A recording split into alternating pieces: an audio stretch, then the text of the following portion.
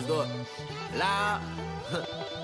You can say I don't need me, but with the energy I put inside of every track, I guarantee that I can make it look easy. Motherfucker better believe it. We are giving the grievance. Nigga never receded to the back of the line. Every time that I rhyme, it blows your whole mind to the fine from a sign. The illegitimate grind of a man that was trying to expand his horizons. Looking at the pen and the pen, and I gotta find a source of innovation, more inspiration. Procrastination won't save the masses. The way that I've been setting an example for you bastards. No, I'm not bashful. Time has been passing. Every single second devoted to my passion. For my dedication is never put in a casket. The way that I've been rhyming and flowing, I gotta have it. Giving my all as I do. When your shit is the truth, there's no reason to lie. I defy with these intricate lyrics and derelict spirit. I praise to the Lord. Tell me the reason why I am still breathing. I'm depressed as fucking looking for the meaning while feeling and dreaming insanity. Yes, and I wish I was in this calamity. Less if I'm actually blessed, and I wouldn't confess that my mind is obsessed with that beautiful death. Taking my time so that I murder the beat, and everything a nigga do is just read. I disintegrate, you with the incinerate. So insidious lyrics, a motherfucker no fear. But the labor of love, they judge, but that was never for the fake. It's the latest, delay for the sake of the sound. And I found that the pain is the perfect companion. To find the innocent of the man has been outstanding. This is outlandish, you take for granted. I said I got a vision, I put it up on the canvas. I am not candid, you would give us semantics. My mind is manic, flow will cause cancer. Please do not panic. The peace that I seek is the peak of the parted. Regardless of conscience, the calling and constant. Eliminate hate, so it breaks from the concept, reflects in the concept.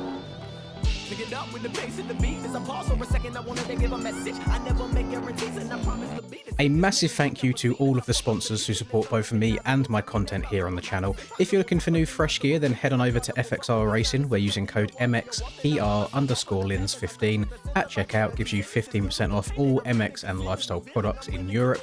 If you're chafing mid-moto or just want something comfier to day-to-day life, then the people over at Kex have you covered. Using codes LINSMX will give you 10% off everything site-wide, and they're already backed and used by riders like Billy Bolt, Tommy Searle, and of course yours truly. If you're excited for the upcoming Motocross the Game, use code LINS4 will give you a 4% discount when you pre-order at preorder.motocrossthegame.com. And finally, if you're looking to be as cracked as the top 1% in MX bikes, then G Fuel have you covered. Code LINS, it saves 20% on everything. It's MX Bikes time! Hello gamers, hello. Welcome. Week number 3, round number 3. 2026 ARL Championship, just waiting for the password, or waiting for MX Bike Shop just to refresh for me so I can put the password in and we can get some gaming action going on. Hope you're all doing well today. Just have to bear with me, I can't see the chat right now just whilst this web page is refreshing. You know what will be quicker? Let me just load up the Ariel Discord. Someone usually posts it in there. There it is. Nice. Copy. Paste. Done. Incorrect password. Oh, he's lying to me. He's lying. Let's copy this one instead. Paste. That one worked. There we go. Right.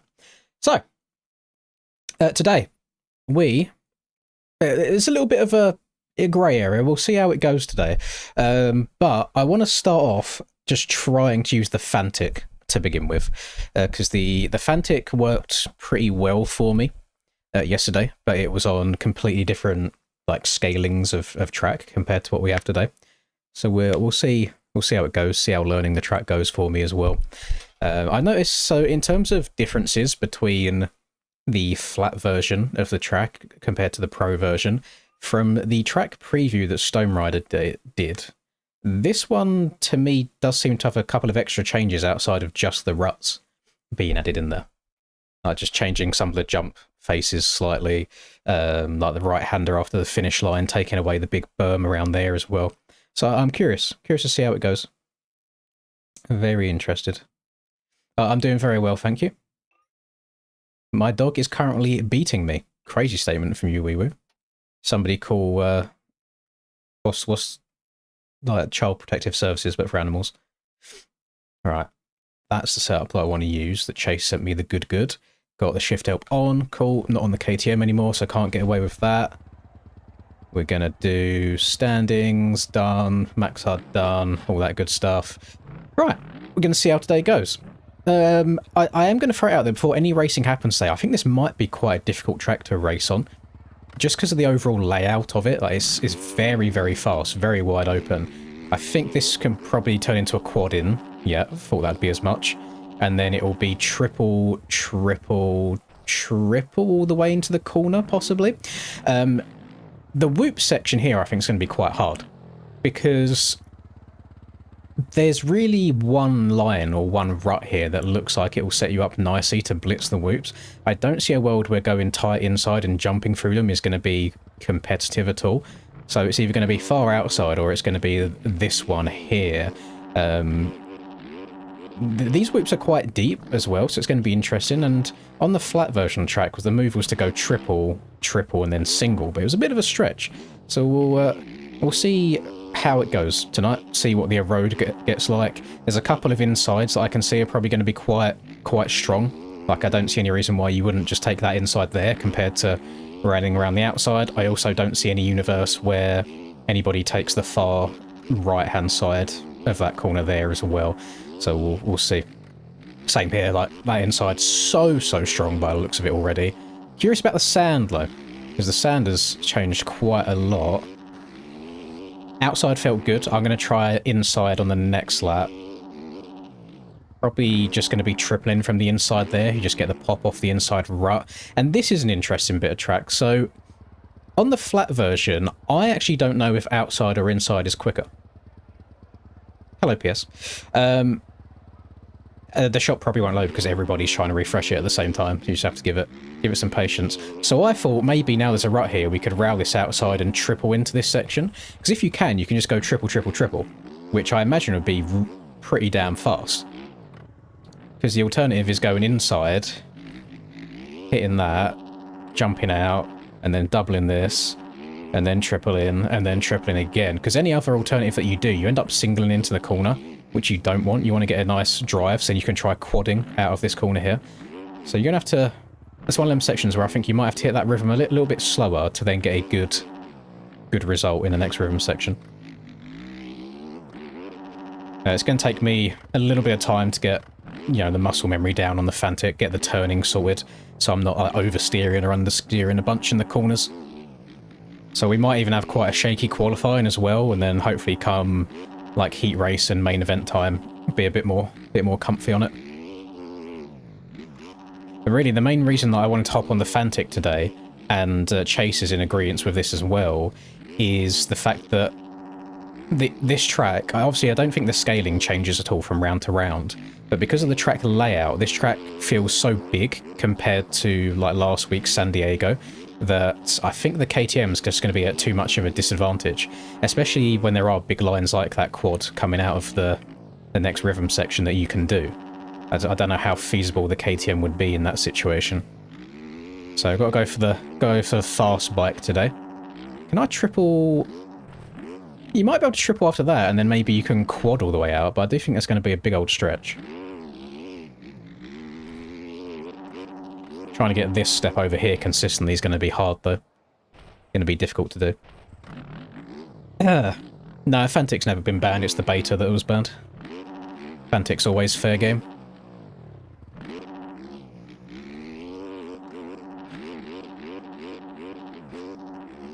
Then you want to go triple again. I don't think you'd be able to quad out there. I suppose it depends on how much speed you carry through the whoops, if you can scrub the first triple in. Beta's banned because it's just too fast. Basically, so I'm surprised it hasn't been fixed yet. But any of the like power values or weight of the beta that you see like in game when you go to bike info is actually incorrect. So, like, the bike is faster than it says it is, and yeah, it's quite disgusting. You can there was a point where if you just hop on the beta, even without a good setup, you'll go and run like an extra second quicker in qualifying than you normally would. So they banned that for a while. Let's see if I can... There we go, that's going to be the move. Triple in from the inside there. And then probably rail this. Can I double from the inside? Oh, you can. I don't know if that was doable on the flat version. The only downside is it's like here. I don't like having to single into the corner like that, which is why that line's putting me off a bit. Still got the step over, though. Just wasn't clean. Wasn't clean enough. No, well, the Yamaha's values are true to what it says. It's not like it's fundamentally broken, it's just the best bike. So they're two different scenarios there. It's in the same way that the TM250 is banned because the standard mapping is broken. And the standard mapping's quicker than it should be.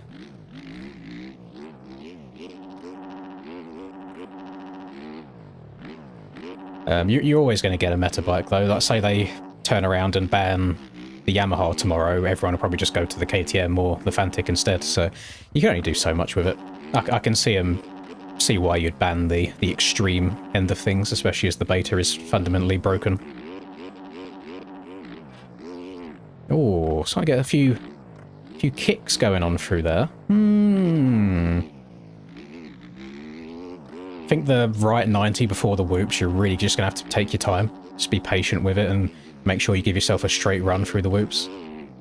Otherwise, you'll probably lose quite a bit of time. Jesus Christ. Yeah, I really don't see many people taking that sharp inside there. Oh, stop. Okay. That tight inside right, it's not really... It's not... Can you see there? Like, it's not loading in until I get quite close to it. Still not loaded in. Still not loaded in. There, just loads in here. So I have to kind of slam on the brakes last second. I need to remember to brake a little bit earlier. So I can actually see where it is, otherwise I'm going to be in trouble. Let's try inside here in the sand, see what we're rocking with. Oh, I like the exit of that. You are cutting off a lot of distance. Can you... Hang on, can you be, like, can I, like, double and then... Ooh, hang on. The brain's braining. The brain is braining. Interesting. I enjoy the KTM. It is just a slower bike. So if you're on a track where there's no like huge lines, then KTM's fine. If you're on a track like this where you've got quad into rhythm sections, then you're going to struggle a little bit more to keep up with the yammies. You might be able to quad that whole thing. I just don't know if it's worth then jumping into this corner from a single.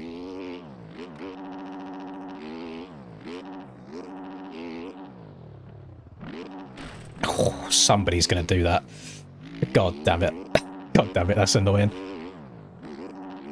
Because I know that I'm always just a little bit off of what the top boys can do, so if I'm coming up close on that line, then somebody, Cam, will do it.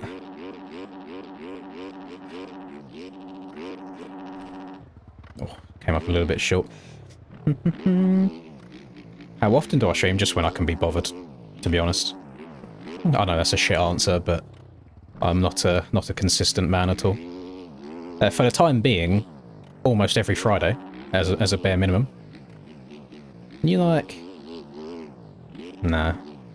Don't think you'd be able to triple out of there either. It might just be double singles the way to go.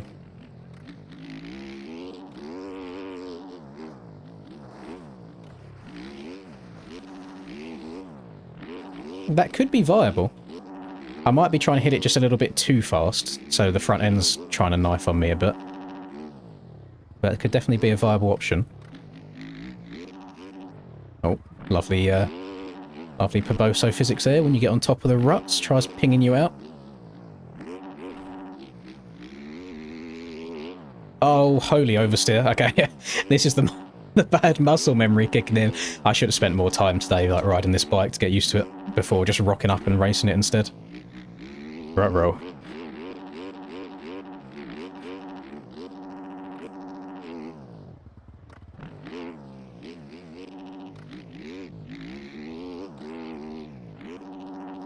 The far inside rut there is a very strange angle. Like, it doesn't feel natural. The angle, like, you basically just have to hug hard left and then try and cut down really sharp. So if you jump anywhere to the right-hand side of the track, you're kind of screwed.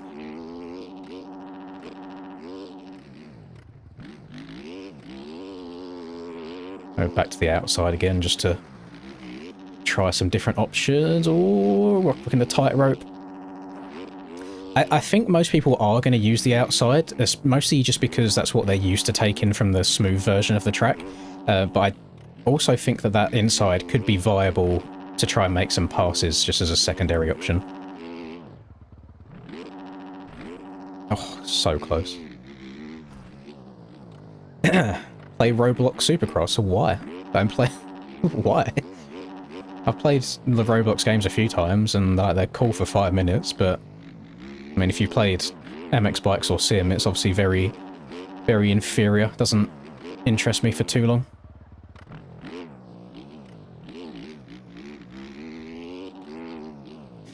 Mm. Yeah, it sounds like you're steering for too long, Outlaw. Steering for too long. I mean, you could go as far as changing your direct lean to being a higher value, because then your bike will stand up quicker. But I would probably see if you can try and manually fix it yourself by stop turning sooner first. But if it's like, if you're turning the amount that you feel you should and it's comfortable for you and you're not getting the expected outcome, then yeah, turning up your direct lean will make the bike stand up sooner.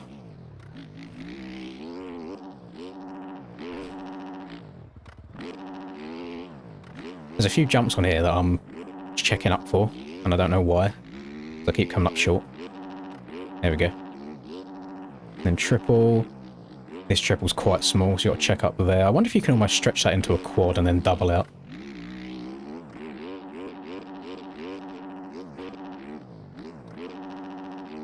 On, off. Jump to the outside. Get into any of these routes. I really don't think it matters which one of them three that you end up taking. And scrub to this OP inside. And over the finish. Just want to see if there's any other option here. Can you like scrub, double? That could be viable. As long as somebody doesn't jump on your head when they're doubling in.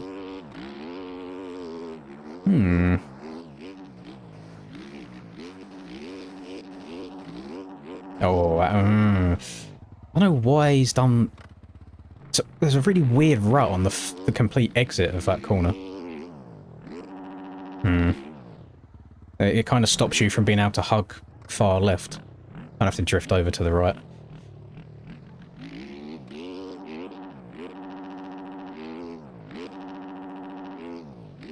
Very interesting. Uh-oh. Actually, this is a good thing. Let's see what alternative rhythms we have. And then triple, double. Yep. Let's try going inside here. See what jump in the whoops is saying. Unless you don't have to jump them. You can kind of skim them from the inside. You're just not going to have enough speed to be able to hit the rhythm afterwards. So you're just losing so much time.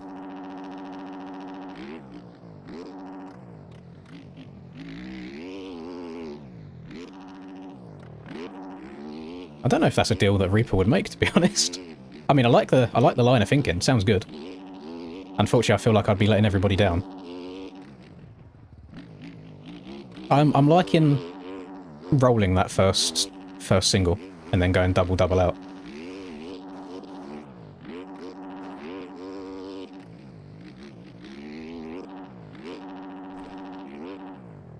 Oh, getting the back end hung up.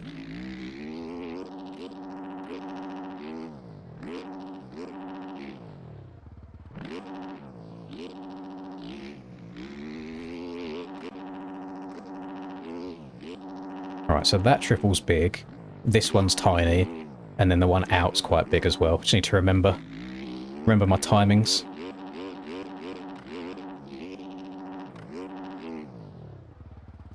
I'm having to scrub that first triple in quite a lot. I'm wondering if I get a good enough run through the whoops, maybe it's worth trying to send it and see if I can quad. Because then you'd be able to triple all the way into the corner. I reckon that'd be pretty damn quick.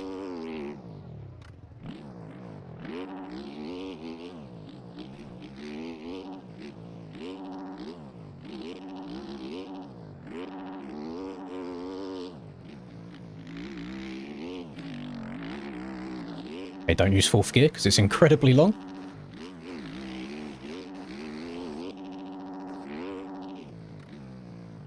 No, I missed my turn-in point. Yeah, you're kind of screwed if you double into here. You're going to lose a lot of time having to single your way out.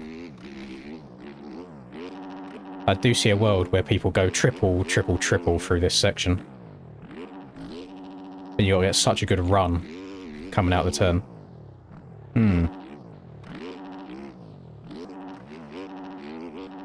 That's crazy work, Island. You're making me not want to go. I'm just going to be bullied. Get bullied enough online, I don't need it IRL as well. Uh-oh.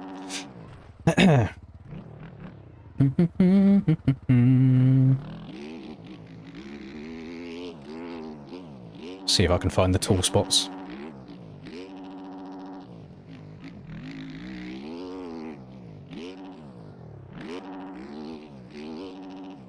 No, okay. Just wanted to make sure you couldn't, like, do something crazy, like step onto the top of that.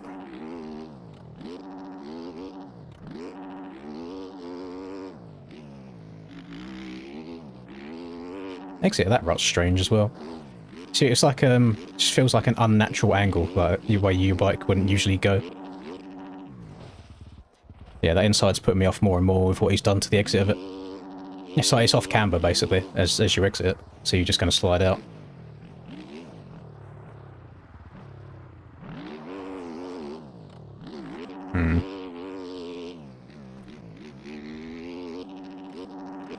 Oh my god. Actually, almost quadding's crazy work. So I feel like the tight inside and tripling is going to be the move for the fast line, but going one rut over would definitely be quicker. Well, not quicker, sorry, be more consistent.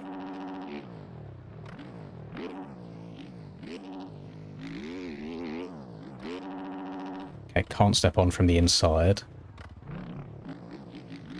What's the tightest rut that you can step on from? Can you step on from here? No, you can't really get the bike cranked over far enough because the inside rut's big. It's weird that the inside rut's bigger than the middle rut. Not sure on the process behind that.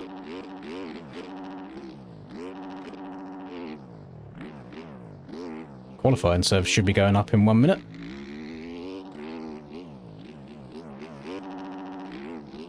Inside to outside on the sand. Or you reckon I can jump? Like jump over?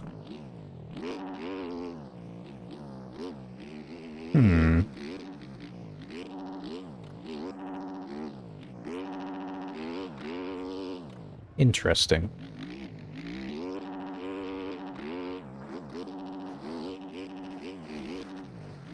Oh. If this one right here didn't exist, could be more viable.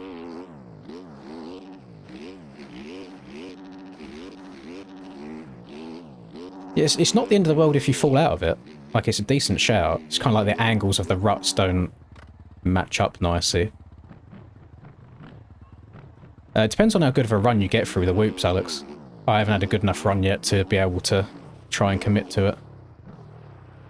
You can go outside to inside in the sand. Just saw that. So you can come here and then cut down if you can try and get stopped in time. Yeah, come here, inside, and then hit that. I don't know, it seems like there's a few different possibilities. I don't know which one will end up being quickest. I'll just see what the fast boys are doing and then copy them instead.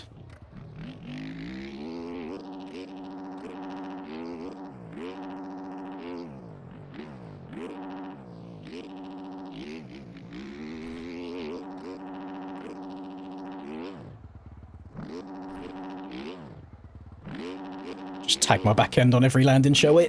Oh, every single one.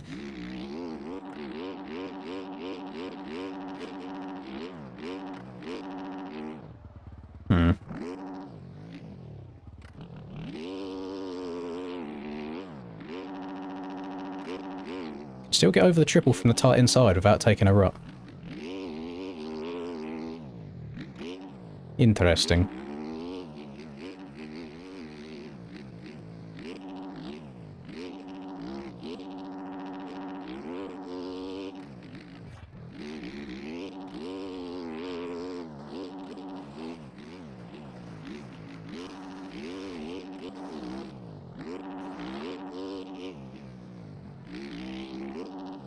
Uh-oh.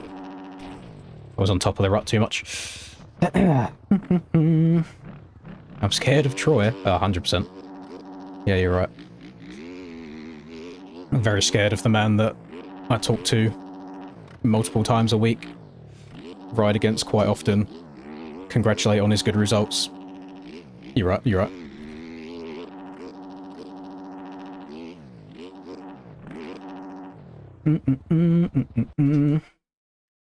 Sand outside to inside could be consistent. I don't know, you kind of have to stop too much in the middle, I reckon. I don't know. I'll either just go full outside or full inside. We'll see how it goes. You reckon I'm 10 times faster in real life than you? I don't know about that, Ilem. I'm not particularly good on a bike in real life. Well, I'm typing in, oh geez, the ego on him. He's typing in Lynn's in the server list. I have no clue what server I'm in.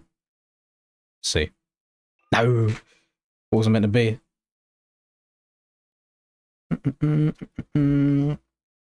Troy beat me last round, Jacob. So Troy beat me last round. There's a very real possibility that he does it again today. Like, we was playing some MXP ranked yesterday, and I don't know, maybe he's been doubling up on his G fuel intake, but blood is going quick. Let me just look. Let me look. Practice groups.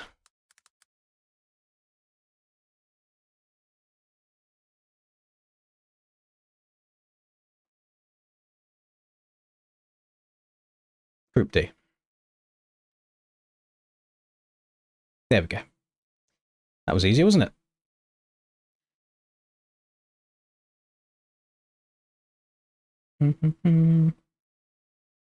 Sent my goons in the 85 race for Troy. I'm the one that got taken out in the 85 race. What do you mean?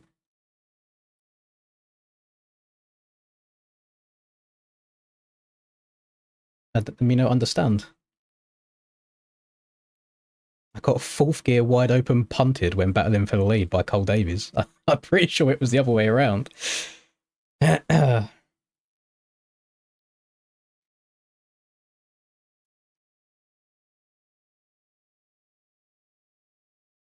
Yeah, Cole did message me afterwards. Message me on Instagram. If you hadn't seen it already, this is what it was. I feel like that was a decent response to him.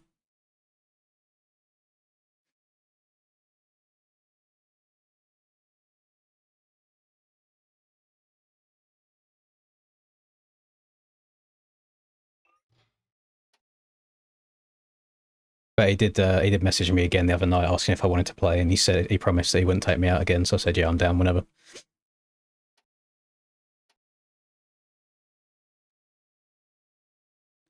Yeah, well, for the bikes that don't have quick shift, I usually just go to fourth.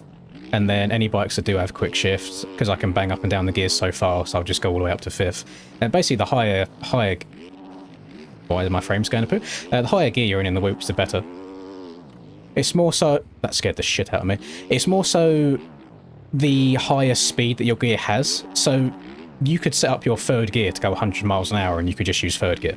You know, because it's got a high ceiling. But I just use fourth because my fourth is quite long. So I'm usually second or third in all the corners or rhythms. And then I'll shift up to fourth through the whoops, and that kind of does me for the supercross tracks.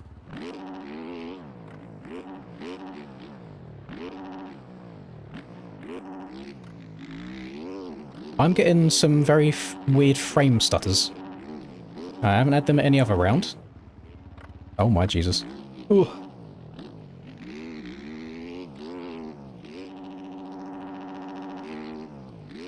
I actually prefer having consistent bad frames and it being perfect, and then you get in like a freeze frame for a while, like a spike. I feel consistent bad frames is more controllable than it being fine until it isn't. And then you're kind of like a passenger for 0.2 of a second, which doesn't sound like a lot of time, but when you're trying to bark around a motocross course, you got to be in full control at all times. No, for COD camos, I completed the Zombies one, I completed the Endgame one, and then that's basically it. I have not been enjoying Black Ops 7 multiplayer, and whenever I play Warzone with the boys, I just don't go for camos. Just play it normally.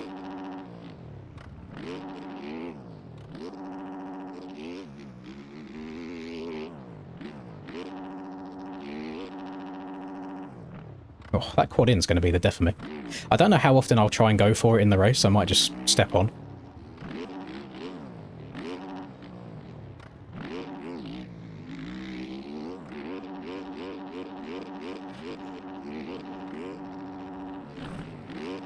I don't know how feasible. I don't know how. I don't think it's repeatable anyway. It's definitely doable, but I don't think you'll be quadding into there consistently.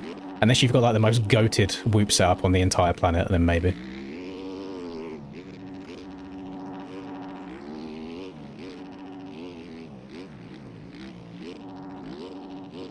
Oh, it's just a perfect example actually to see which was faster. They worked out pretty much the same from rolling or doubling in. God damn it.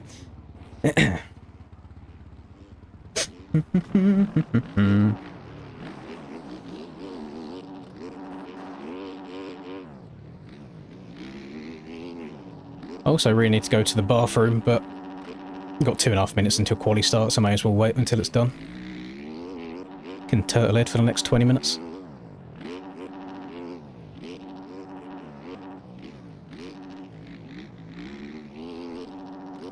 Thank you, Stephen. First of all, thank you very much. I'm glad you're here today, because I just wanted to update you. The donation that you sent for me to then forward to the Just Giving page, I got an email from PayPal saying that as it's an e-check, whatever that is, never heard that before, it will clear my PayPal account between the 28th of February and the 6th of March. So it's still sat there as pending at the moment. So as soon as it comes through, I'll send it through to the Just Giving, so it will reflect on there as well. Thank you very, very much. Just wanted to update you on the situation of that.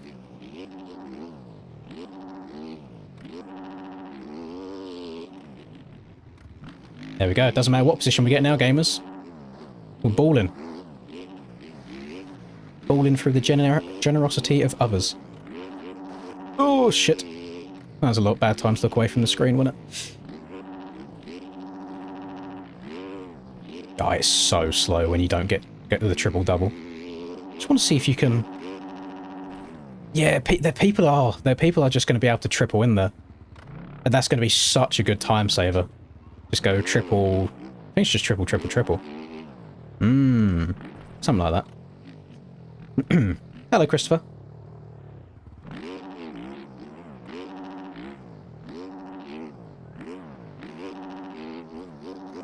Well, I thought there was something wrong with my PayPal at first, because there's never usually anything, like usually anything that gets donated goes straight through to the account, like it shows in the balance straight away.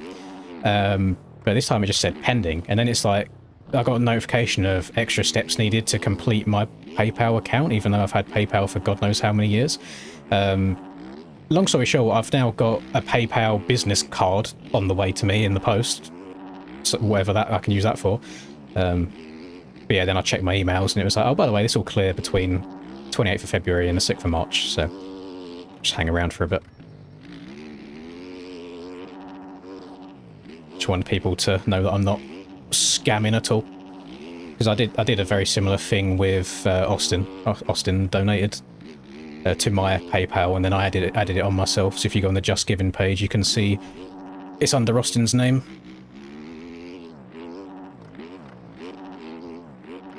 KTM or Yamaha? I'm on the Fantic right now. Maybe. Maybe. Oh. Yeah, there's a possibility just because it's overseas, but sounds like it should come through no problem at all. But yeah, as soon as it does come through, I'll get it all updated. Thank you again for that, and for today as well. Just kind of running laps right now, aren't I? I mean, qualifying hasn't started yet. I don't know, I've got a bad feeling. Like, so... I felt a bit like, ugh, today, you know, like I've been tired, a bit of a headache, like a little bit of a runny nose, but I don't know if I don't think I feel ill, per se, but I just feel a bit like, ugh, not really sure.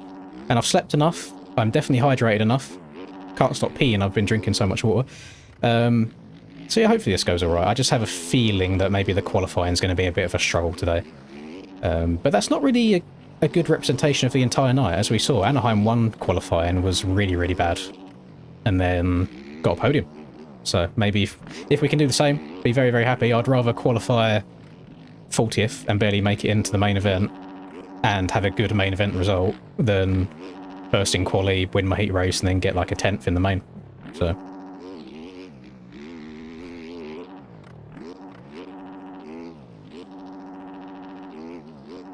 Uh-oh. Not going to get that triple out now. Inside sources, aka Leyland, is telling me inside is much faster in the sand. Am I happy with the tracks now we're 3 rounds in? They're just fine. They're better than last year's. I'm still glad that we've got ruts and bumps compared to completely smooth. I still do think the scaling is like outrageously big. If you take the Supercross triple and the finish line on this track, like, it's unreal how big it is. So I still think they're a little bit too overscaled. But so other than that, I prefer having ruts and no ruts.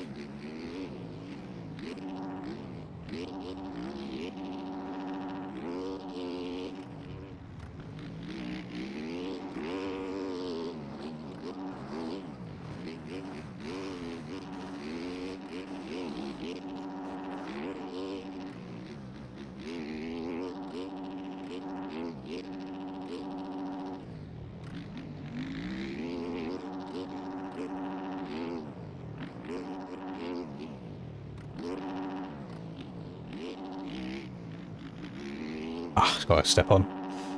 Messed up the rut. Oh, Pax is doing EU. It's a rare sight. That was a rapid. I don't know why I got such a good run through the whoops that time compared to the other times. Oh, I thought it was going to go in the bales.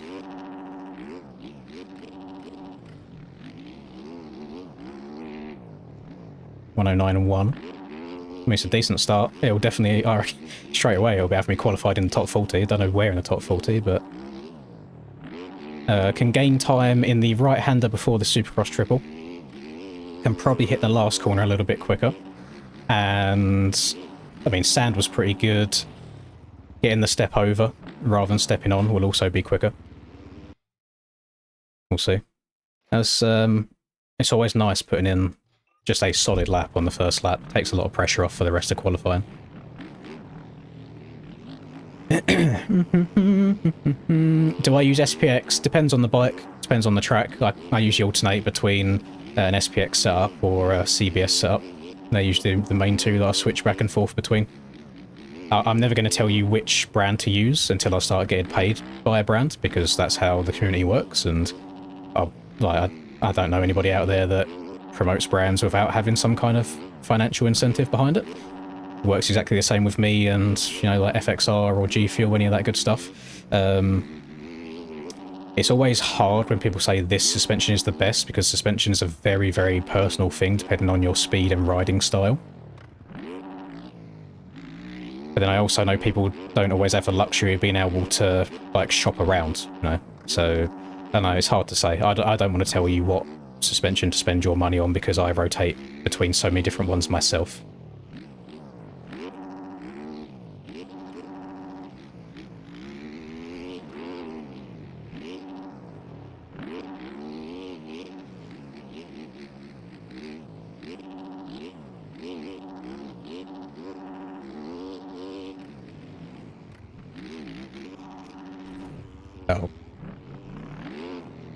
Too big. I just overall, just the scaling of the track.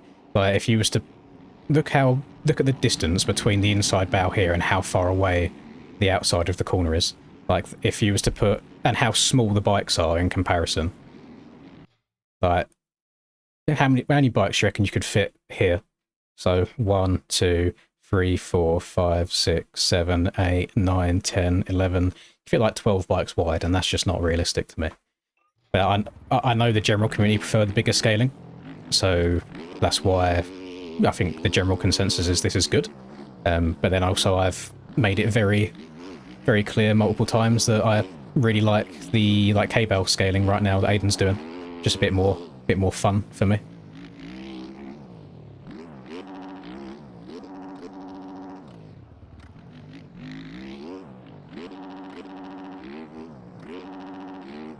Don't know, I did just black out again. I don't know why I'm sat here just running normal laps rather than going back to the finish line to run heaters. Doesn't hurt to get a little bit more track practice under your belt there. No good just learning the first couple of corners, is there? If I'm going to crash halfway around, may as well get the rest of the track down. Uh-oh. I'm quite inconsistent on the whoops so far today. Again, some runs are really, really good, and then some I'm struggling in. Oh, keep the front end down. It's definitely personal preference as well. I know some people won't be big fans of the K-Bell stuff at all. I do think that these bigger tracks, they resonate with like less skilled players more, because there's more wiggle room, there's more room to make mistakes. You've not got to be perfect everywhere. Whereas the K-Bell tracks, it's very, very difficult to be consistently fast. Oh no, I turned too much on the exit. Who was that? I don't know who that was next to me there, but they kind of munched that outside. So I think those two lines would have been very equal to each other if I didn't mess it up.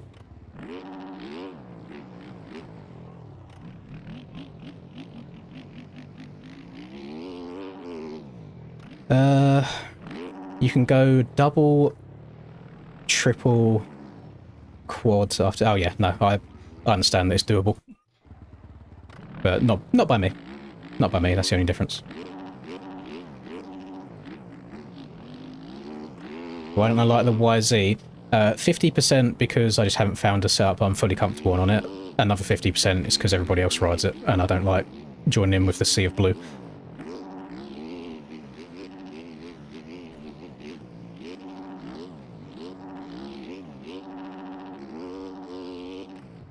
Oh, coming in a bit hot. Oh, it's fine.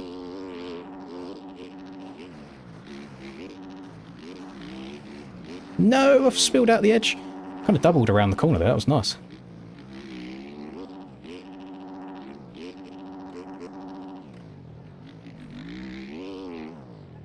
Oh, I'm going to come up short. No! I was up on my lap then, I think, as well.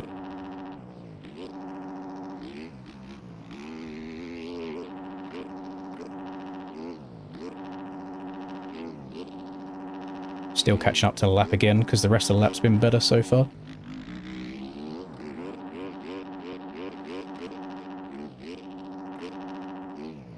Oh my Christ. That's a really, really peaky jump to get that triple up.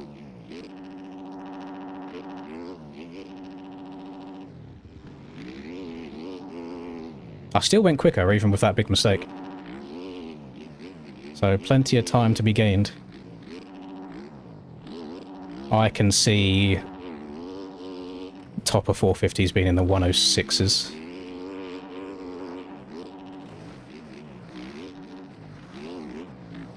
Oh, yeah, I kind of 50-50'd through there. No idea what line I actually wanted to take. I was caught between inside and outside. It's never going to be better. I'm sliding. I think you can triple in here, and if you can, it's going to be so big for time. Why don't more people use the Fantic? I just think it's a case of there's probably not as many established setups on it. The front end isn't quite as good once the erode comes in, but I'm kind of taking a gamble because so far this season, I mean 2 rounds, the erode hasn't got bad. So unless they really crank up the erode today just to cuck me, shouldn't be atrocious.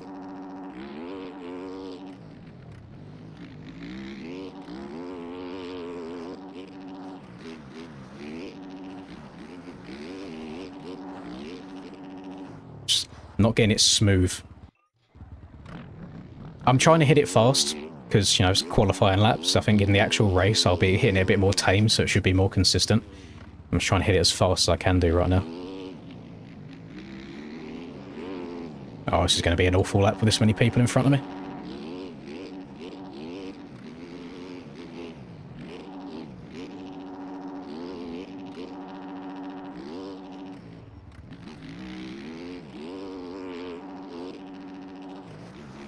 Oh, my front end.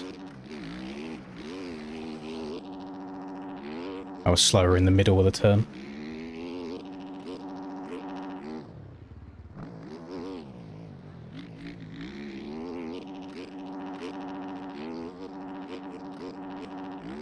Why am I scrubbing?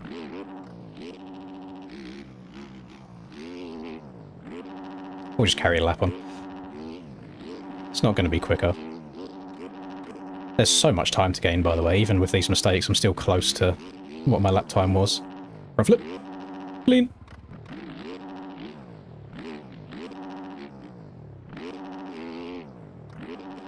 try standing up more. I don't know how much more you want me to stand up. I'm pretty much stood up the whole way throughout on the track. Unless it's the really deep inside ruts.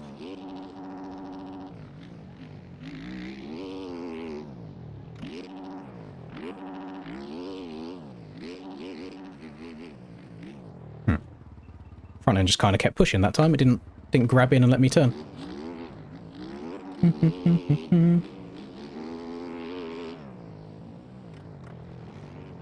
I honestly, when it comes to watching real life motocross events, I've got no clue what's going on this year. I have planned a total of 0 things.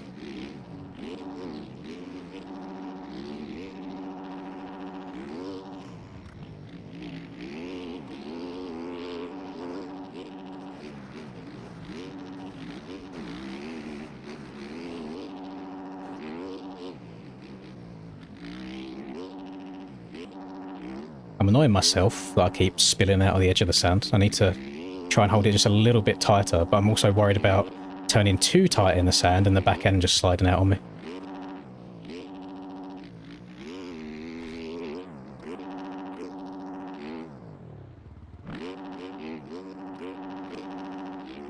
I haven't actually run a clean lap yet.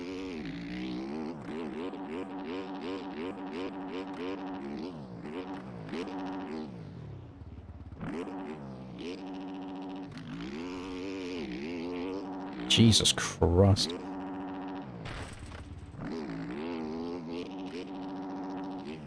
We'll go again. I'm running race fuel right now, I just remembered. I haven't taken any fuel out to try and get a faster time.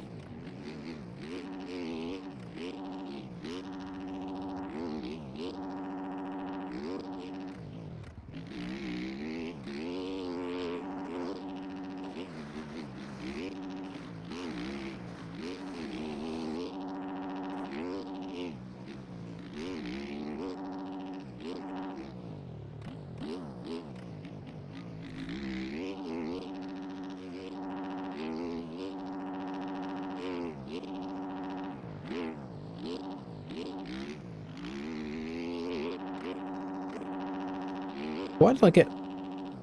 I've got no forwards oomph there. I just went up instead of... Ah, that's annoying. I was almost a second up by the end of that rhythm section. Maybe 105s then.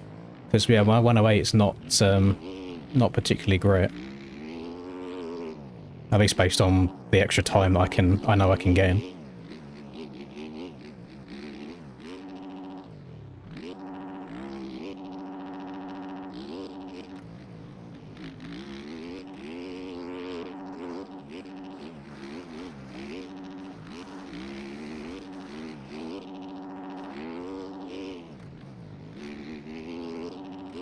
No, I'm too far.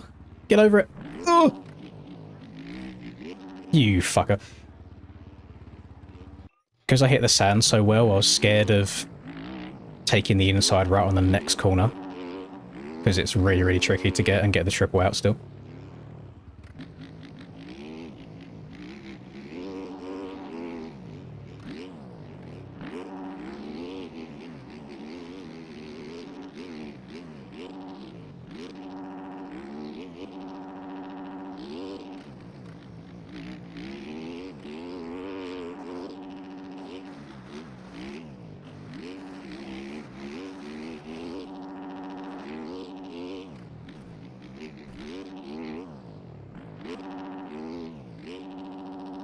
I actually lost like 0.7 by not taking the tight inside rut.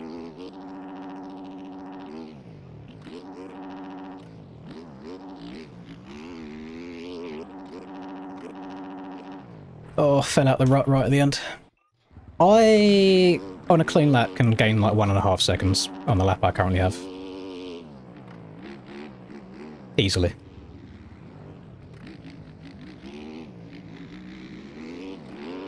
Just something that I've never been good at is running absolute burners. Do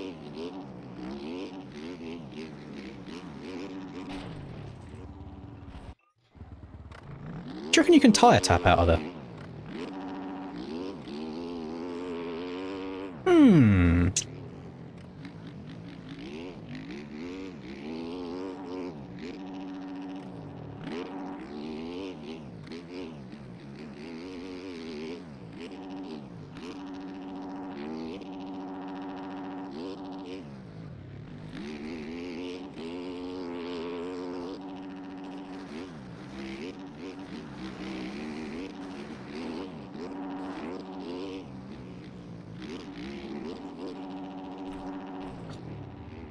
many people are in this server?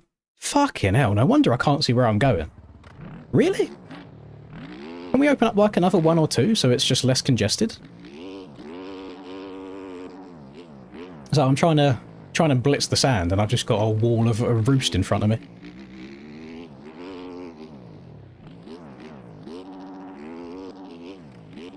Michael, I'm not in the chase for a championship. I'm going to be missing 2 rounds of the championship.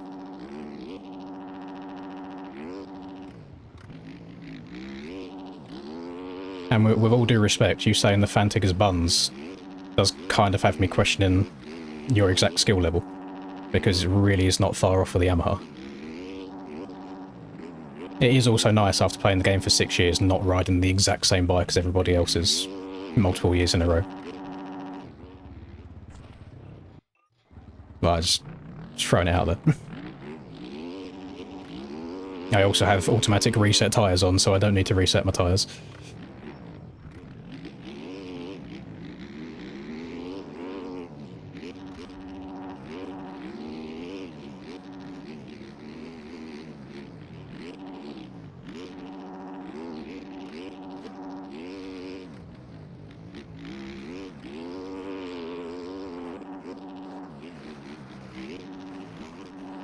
Oh, over the balls. See, now I'm just getting one guide. There is a difference between crashing out and correcting somebody that keeps trying to suggest things that is just incorrect.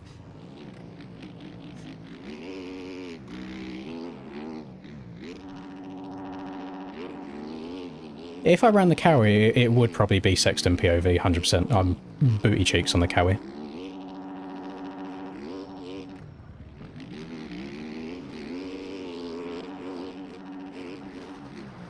I can't fucking see where I'm going. So frustrating. Oh, yeah, thumbs up. I don't know if it's just more noticeable this round or if there's less servers than usual, but 32 people trying to qualify on the same track. Far too many. You'll be like, oh, there's no collisions though. It doesn't matter. You can still see them. There's still roofs being thrown in your face.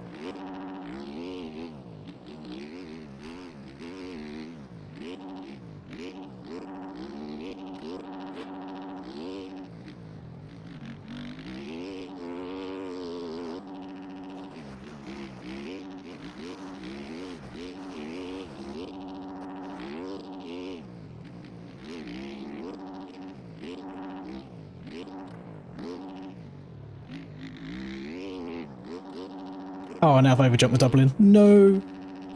Ah! Yeah, I'll carry on. I took my hand off the controller. We'll keep going.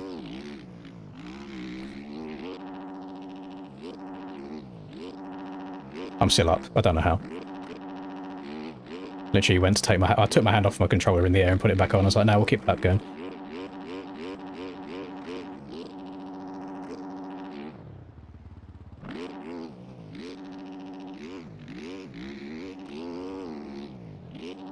That's probably like the jankiest corner on the track, I think. I'm generally getting triggered, but I can't fucking see through people. It's so frustrating. Yeah. It's like, Sim's been out for how many years, and even they've got a slider to adjust, like, invisible rider distance. I think that might just be in solo, actually, not multiplayer. So if I can't hit the rider physically, then give me a choice to not even be able to see them if I don't want to see them.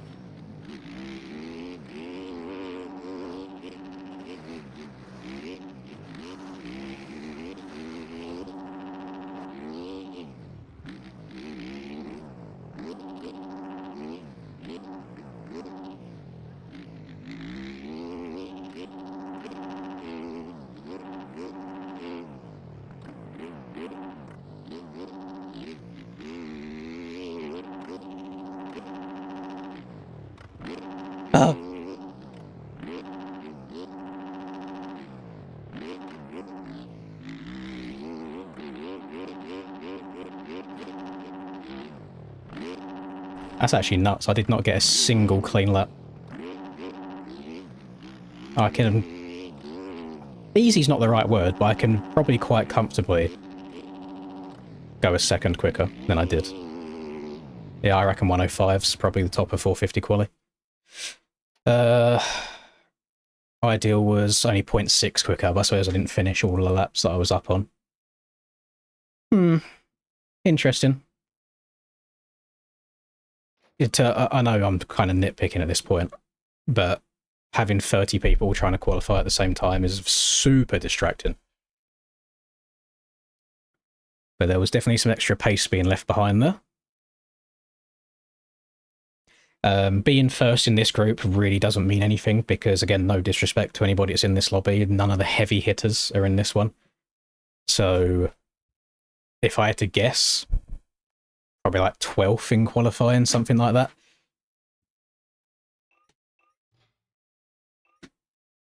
But, yeah, I need to have a wee first. I've been holding this in for the entire qualifying. Right. If I turn the bandwidth to low, I guarantee I'll forget for the main event, and I'll just have people spawning in front of me. Right, BRB.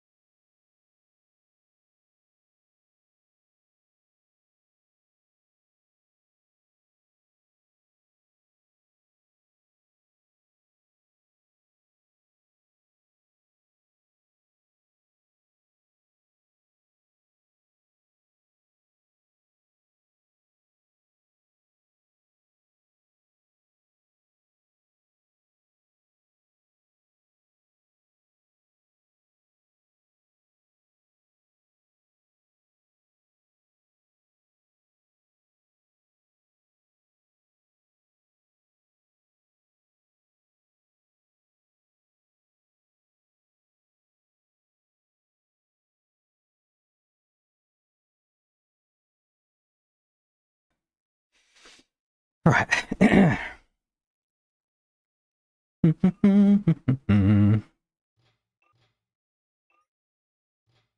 they even do a... Nobody did a practice start. I'm the only one. Right, practice start time. Best hope to get a good start. I had a 108. Definitely not good. Not good at all, but hopefully good heat race will mean good main event position. Listen, Aiden, I've seen what happens when you get top quality. I would not be surprised if I see you go through to the LCQ tonight. And that's not even trying to throw shade, that's just an observation that I've seen. You need to get around that turn 1 clean.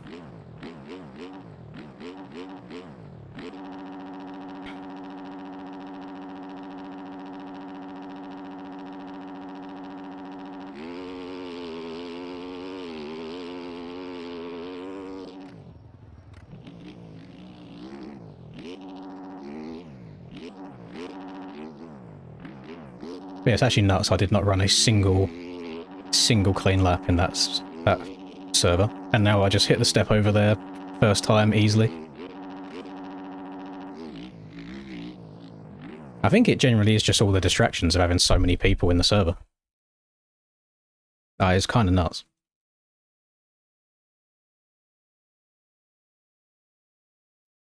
To the point where I kind of want to go into testing and see if I can improve it at all.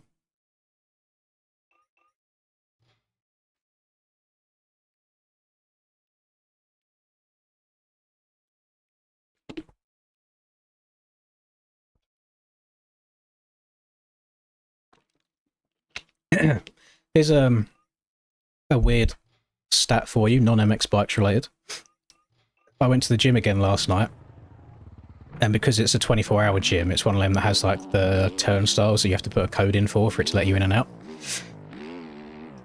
So it logs how long you've been at the gym for. So both yesterday and the day before, I was at the gym for exactly 1 hour and 14 minutes.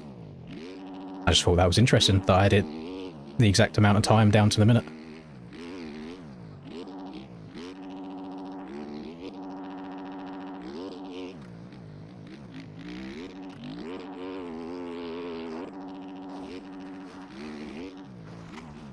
Ruh-roh.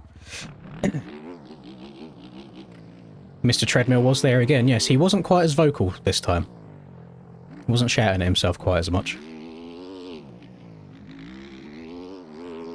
And he changed it up. Didn't have grey joggers on this time. He had like an army green.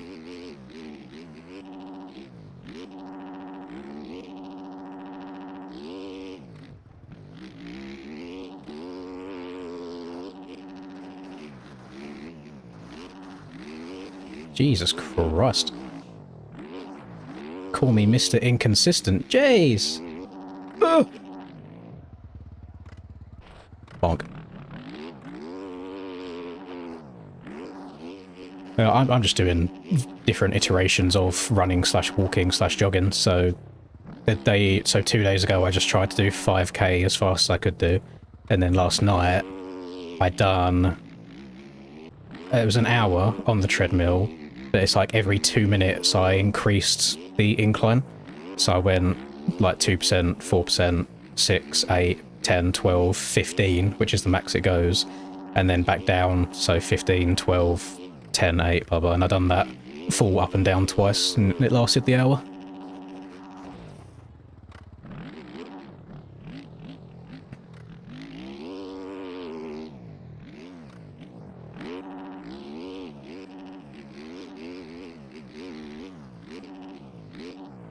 Yeah, when it comes to like race lines, I'll probably do the same lines, just slower, so they're more consistent.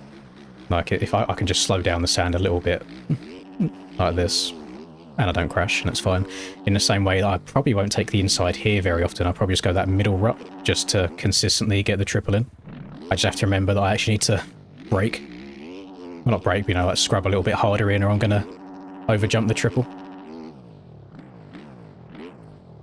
And I think going for this step over in the race, it all depends on the driver getting the corner.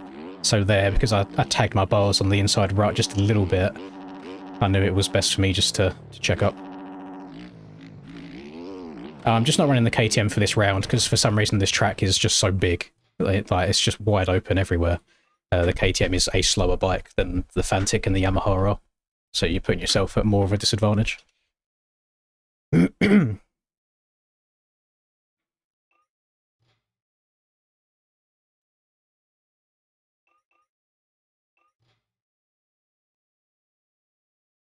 Oh, do I even want to see where I ended up qualifying? 'Cause I know it's going to be painful.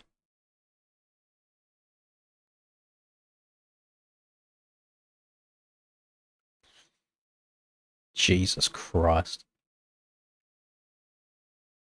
16th position.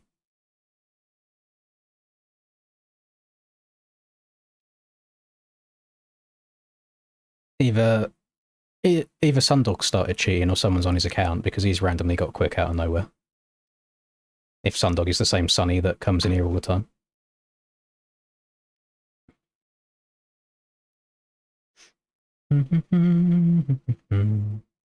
Fucking Dorian qualified 4th. He's not usually known for his hot laps. No idea who Theo is. He qualified 12th. Yeah, I think I'm going to struggle today. It's not my kind of track. I don't do well on the stuff that is really, really fast. I mean, as you guys know, I prefer my technical, slow stuff. Maybe I cucked myself by playing so much K-Bell racing stuff yesterday.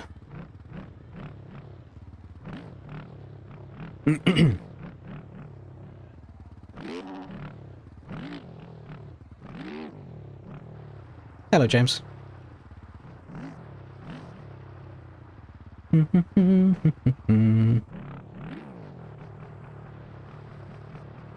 I do think there's going to come a time, though, where I don't know if the race consistency will help me anymore.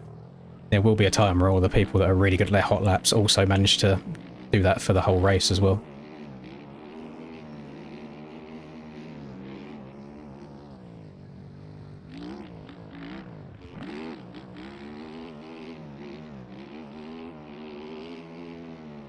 Yeah, to my knowledge, Tyler just hasn't been playing the game. It's been grinding GTA roleplay.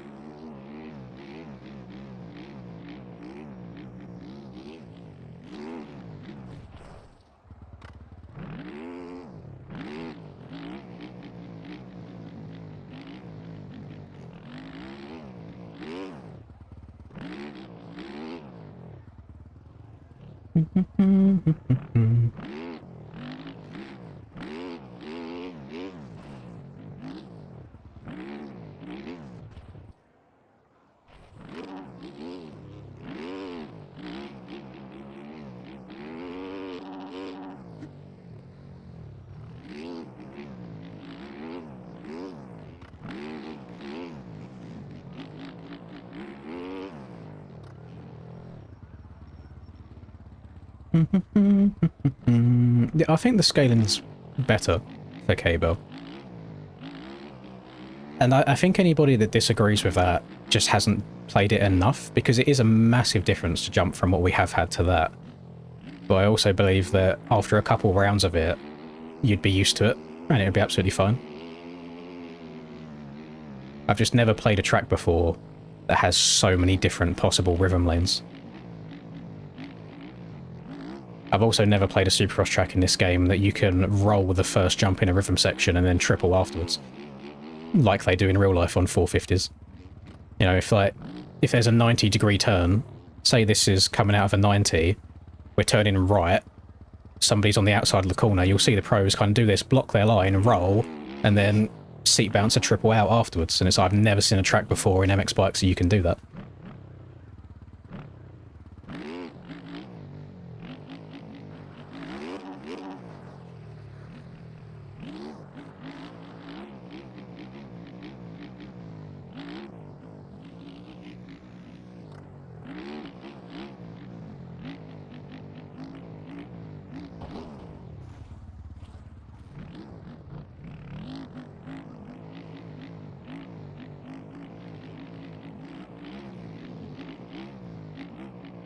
No, I've got one bike with graphics on this that I had for SMX, but it's a black bike, and I don't really like having a black front fender. I like having a little bit of colour on there that you can see.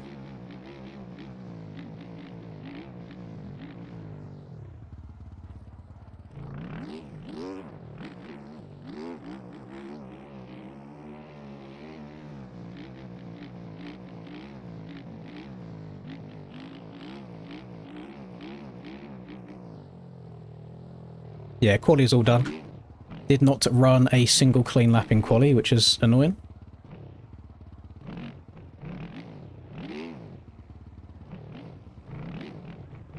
Also feels like the Fantic's brakes are sharper than the KTM's brakes are.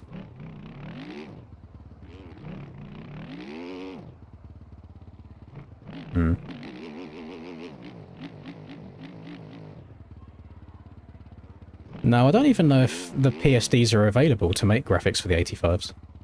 I'm pretty sure he emailed Yas, who made the pack, and I don't know if he's heard back from him or not.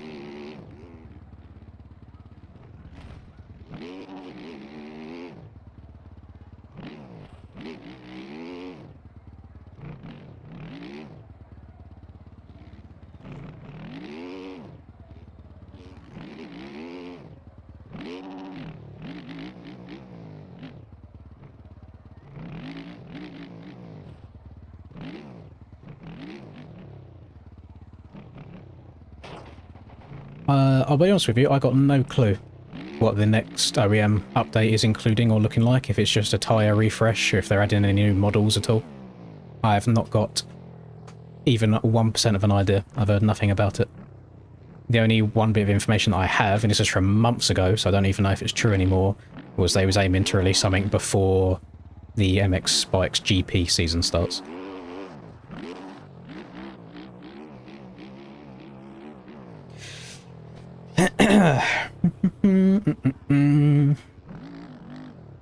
NA will start in 4.5 hours from this moment right now. That's when NA qualifying begins.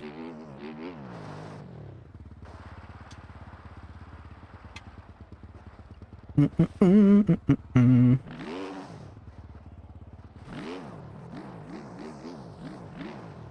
you best hope you don't get stranded on the sand, because that's a pain in the ass to get out from.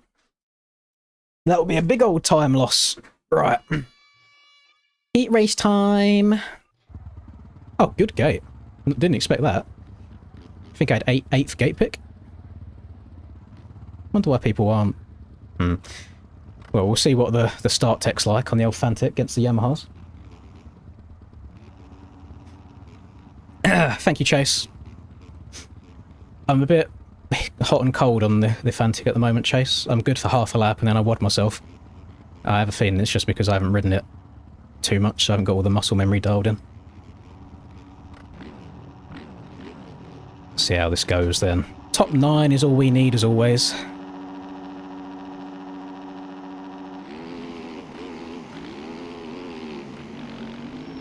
She's got a little bit too many beans.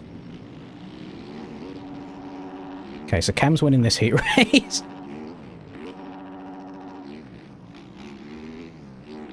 Oh shit, I'm about to get landed on. I can feel it. Oh, I can bust a triple out here. Hang on, midsection. Yes, nice. Please don't jump to the left.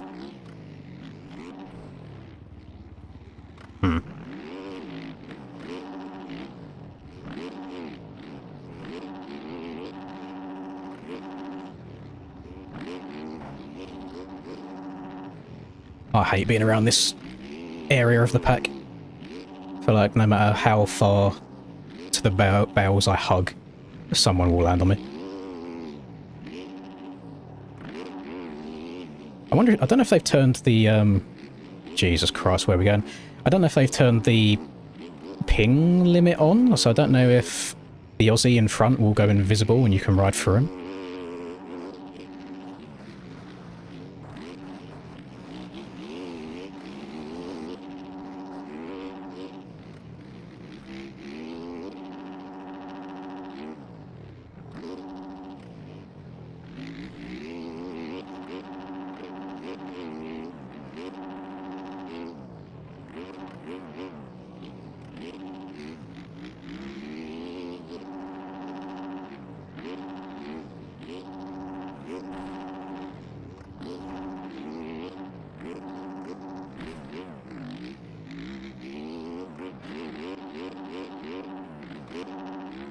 It's definitely a sloppy heat race from me.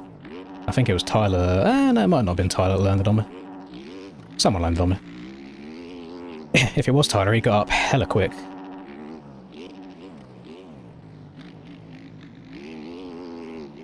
Well, I don't think I've had a good heat race yet this year. You just use it to get all the wobbling out of the way.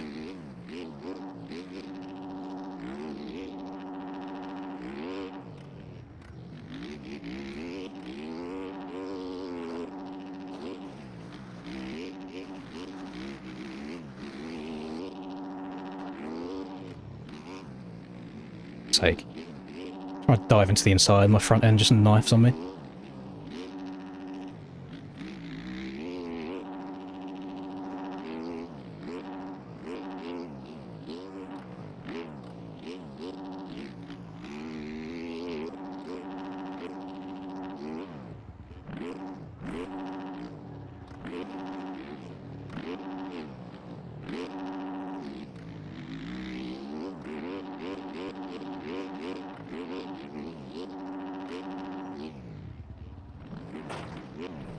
J7's one of them really annoying people where he's only just slower. So it's like if he's in front, it's a pain in the arse to try and get around.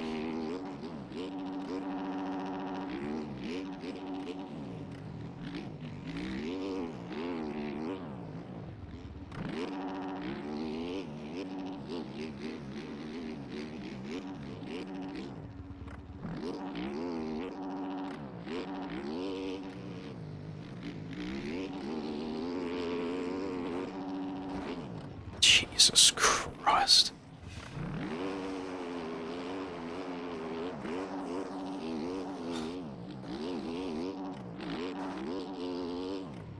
I fucking hate being stuck around these positions, being around so many people. I don't know what universe... I could have had that situation a million times, and there's not even one iota of my being that thought, yeah, Dorian's probably going to go to the second from the outside line here.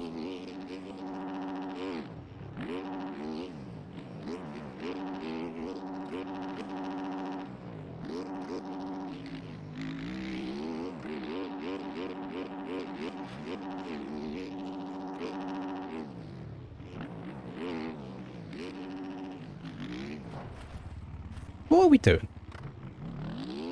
This is the same fucking guy that screen records and uploads any time somebody takes him out and protests it, and he's doing shit like that. Diving across 3 ruts. Oh my crap. Boys, I might be going to the LCQ here. I'm getting absolutely finger blasted by people.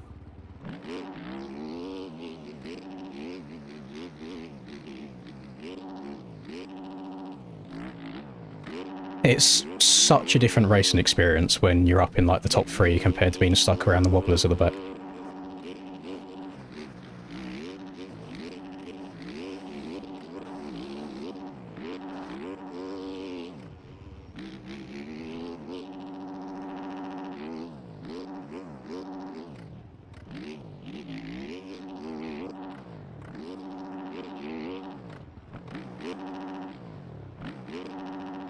Good news is, at some point tonight, I now get a free one on Dorian, without feeling guilty about it.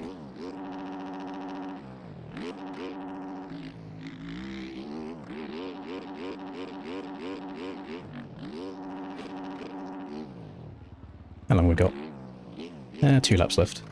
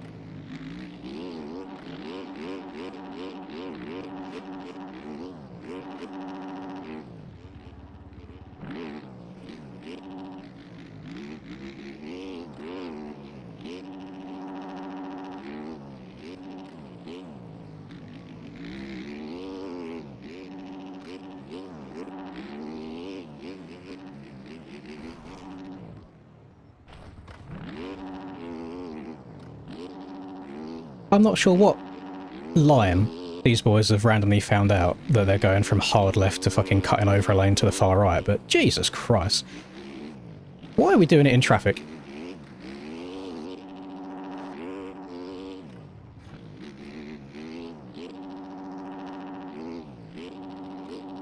I feel like I'm just following the flow of the track and I'm running to the back of people kind of crossing up here, there and everywhere. I don't know where to go to try and pass people.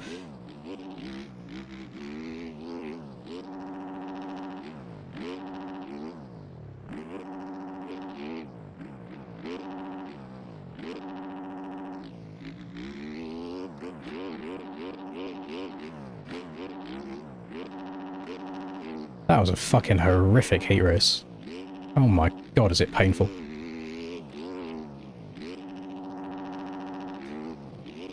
But yeah, if we're on the track together during the main event, Dorian's getting sent over a berm, and then if he protests it, I'll just send exactly the same one back that he did to me. Ah. All I see... I don't want to get one guide. All I see is you making mistakes and taking people out. The flow of the track here is you either go into that second rut or the outside rut. What Callum was trying to do, right in front of me, was come out here and then cut across here and jump over this, like Tyler did earlier on in the same session. So I don't see me making a mistake there. I see some outrageous line that I don't know how you're meant to predict, and then people coming together because of it.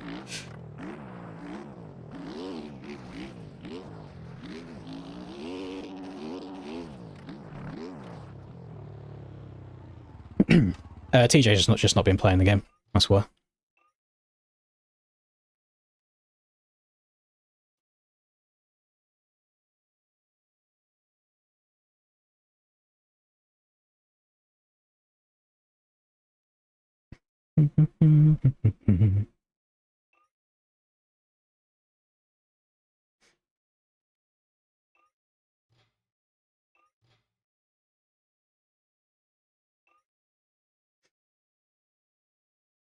I think it's going to be a very rage baity night.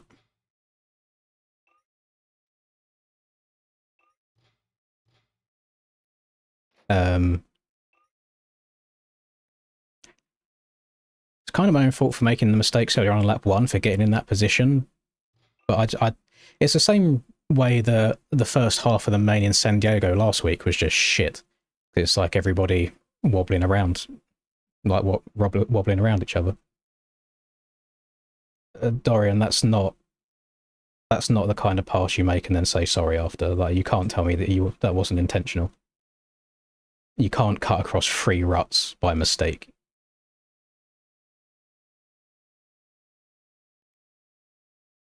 Troy going to the LCQ. Was Troy in that one or was Troy in a different one? Yeah.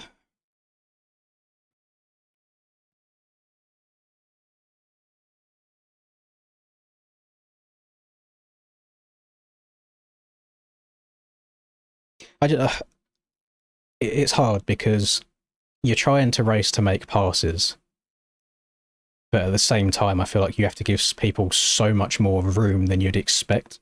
Like, I'm so used to racing around people like Chase or like Troy from yesterday, for example, where you can be like this close together at all times and everyone still has the common sense to like check up or cut down or take the other line. And I thought in an aerial pro race, you expect the full lobby to be like that, but it doesn't really go that way. Like, you basically just have to sit behind people and wait for them to crash because people don't just follow a line that they're in. And it's so frustrating. Aiden might be winning tonight, you are right. Fastest qualifier, won his heat race. See how it goes. Why do I prefer bikes over sim?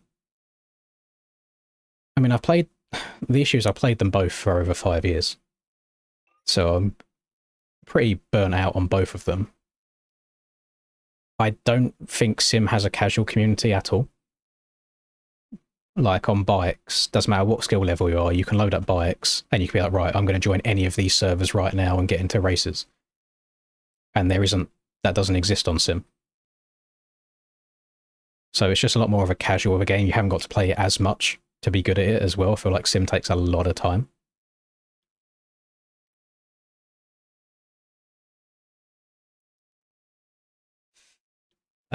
Still deciding, Mason, if I'm going to Arena Cross. It'll be to watch, like, won't be riding. No, YouTube won't let you post any links in here, unfortunately. Yeah, bikes is a lot more enjoyable for the casual player, I would find. Sim's just a little bit more hardcore. I want to try and find... It's not letting me full screen it, which is annoying. I want to try and find that incident with Callum so I can rewind it, because in the moment it felt like one thing, but he was really pissed with me, so I'm trying to see if I was just truly in the wrong or if it was just getting together.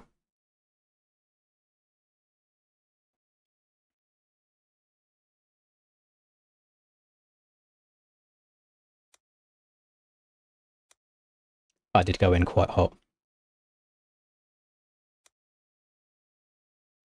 Can I, if I bring this over here... Oh, the quality of it shit. How do I turn the quality of it up?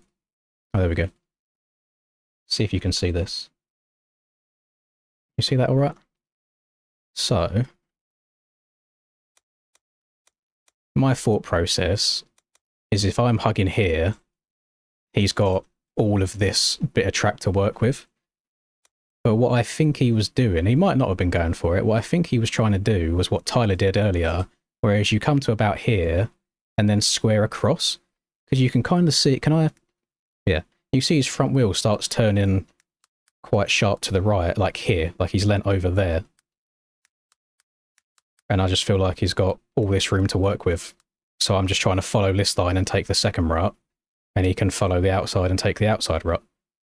But I don't know. I don't know if that's just a racing incident or if I genuinely did just like fuck up there, but it didn't feel like I did anything wrong. You also have to understand on Callum's screen, so you guys saying I've got my front wheel ahead. I've got my front wheel ahead on my screen. On Callum's screen, Callum's probably like here. So to him, it probably feels like I've just run into the back of him. And then obviously we go down because we tagged each other and WMX bikes collisions. Can try and find the Dorian stuff. I don't know how early on the Dorian stuff was. Oh, so I think it's literally perfectly here. Yeah, so he's behind me there. So bear in mind, hang on. So I look behind. He's behind me on the left side of me. And you need to be on the left side of the track to hit these ruts. So he's jumped from far this side of the track over to here, cut across 3 ruts, and then said sorry afterwards.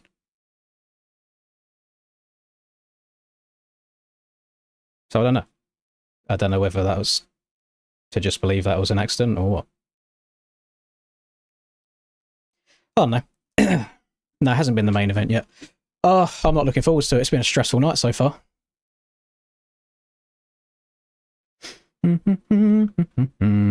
Is anybody streaming this? Talon is streaming this. Because anything can happen. These LCQs. That's the plan moving forward. Close. I have for him. Turn that on. Right.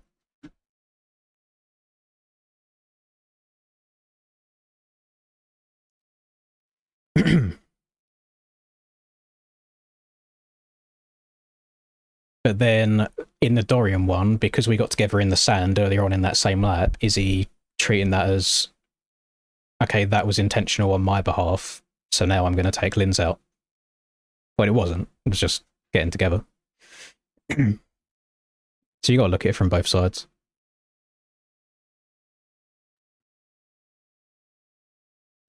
So in this LCQ, I mean, Callum's obviously annoyed with me because he's in the LCQ now, but I still feel like that's just a racing incident.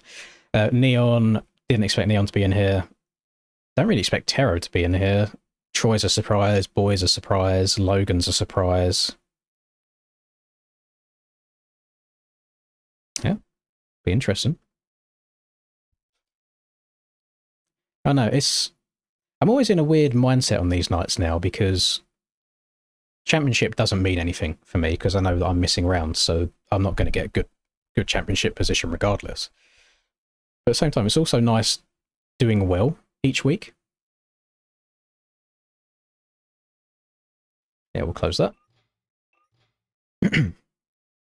There's no exact time for main events, unfortunately, Luke. You're probably looking at like 30 minutes until 4:50 main event.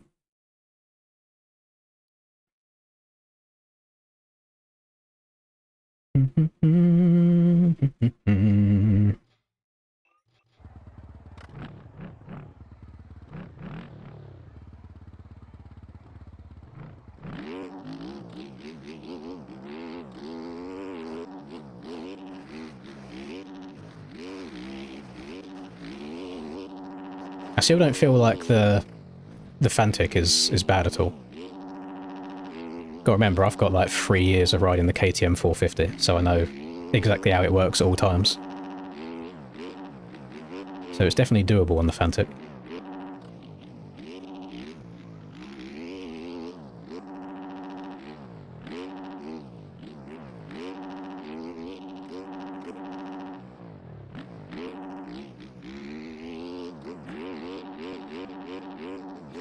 I'm getting very inconsistent runs through the whoops, though.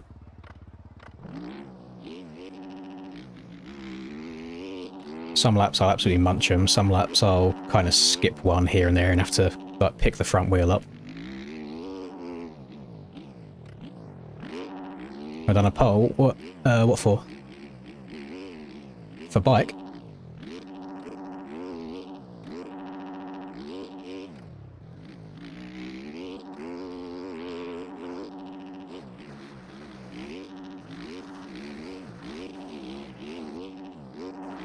Yeah, I'll watch 450 LCQ when it starts. I just had ads, so I closed it.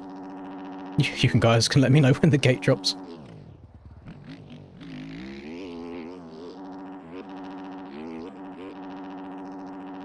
So it's LCQs will be starting any second now. Then after that, you got 250 main event, and then the 450 main event starts.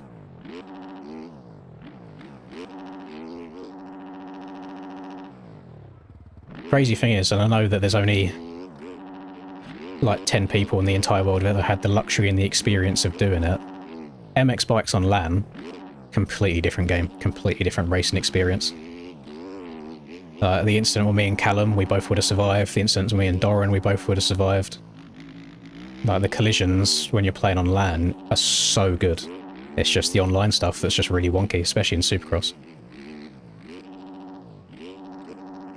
But, I don't know if it was Paboso that said it, it might have been Rubes that said it, who was basically like the first person that ever bought MX bikes anyway, so I trust his opinion a lot. He said that the way the game works is the faster you are going, the worse the ping collisions are. So if you're going really, really slow next to somebody and you tag bars, you can kind of like do it as rubbing is racing. If you're going the speeds that we're going around these tracks and you barely touch somebody, you go flying because it gets worse the faster you're going. Kind of more reason for the smaller scaling that Aiden's tracks are. Makes for good racing. Just throwing it out there. Just saying.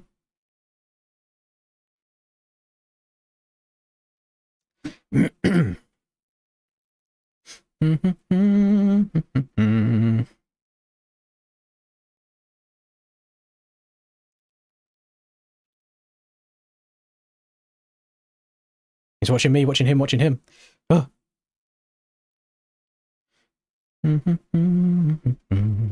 Oh. That's not what I want.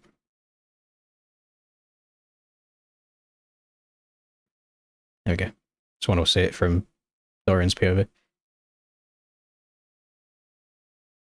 It's a lot slower on Dorian's POV.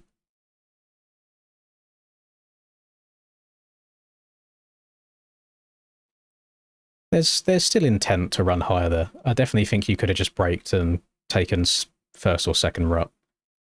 So it's frustrating, but it's understandable. I think that goes back to the collisions again. Because the speed that he hit me probably shouldn't have gone flying over the berm. So it's just MX Bikes things as always. Oh, it's always so different in the moment as well. Like, it's so hard to not get frustrated at crashes and stuff when you're playing.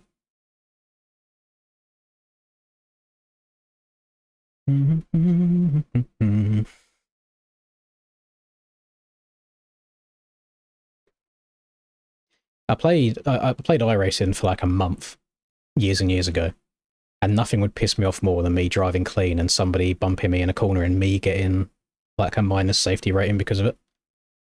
So frustrating.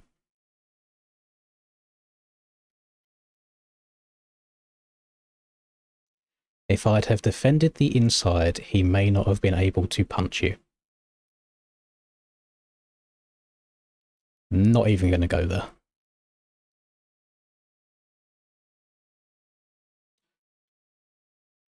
You know what?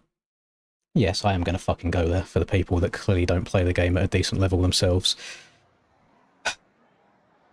What angle do all of these ruts go at? If I go inside here, what's going to happen to me when I hit these ruts? So, because of the way the ruts are built, you have to come out wide to then be able to get in the ruts. There is no universe where you can just dive inside here and not lose a fuck ton of time. Because it's like hitting a brick wall riding into these ruts, not at the right angle. There's just little things that I feel like I get one guide half the time, but it's so frustrating.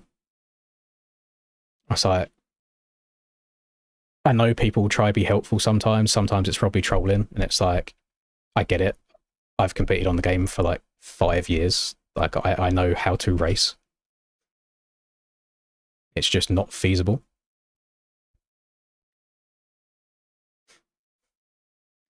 Right. Don't know who Lorenzo is, but he's got the start here in the LCQ. Troy is in a transfer spot as well. So we've got Lorenzo, Tero, Boy, and Troy. We've got 3 of the people that I would expect to make it through here. Callum's in 8th right now. Yoku's in 6th, who's made it to... It's surely not another red flag. Or is Talon's internet pooing itself? Talon's internet is dead.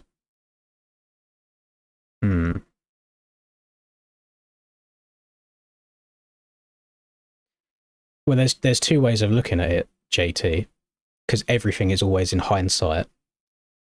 Do you expect me... So bear in mind, I went into that corner having no reason to believe Dorian would have dived that hard to the inside. So if you want to approach it with should have protected the inside, then surely I would have had to protect it every single lap.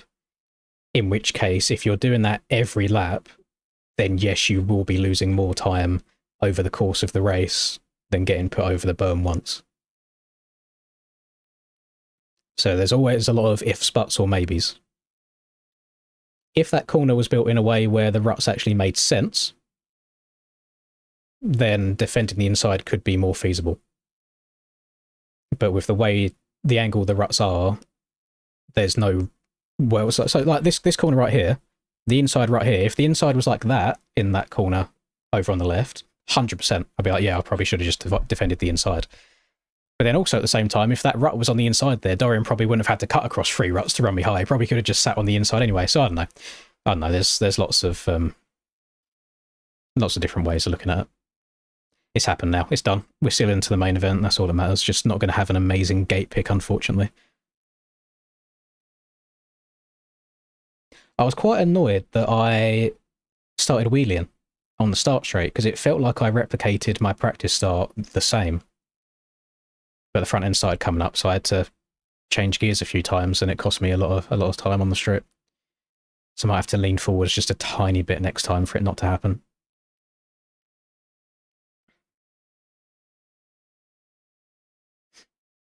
For traction at the moment, I've just been running the 120 rear tyre, Jacob. I mean, it helps to an extent. It hurts you in some places, like it's harder to skim whoops well. But no, for the corners and stuff, it's helpful.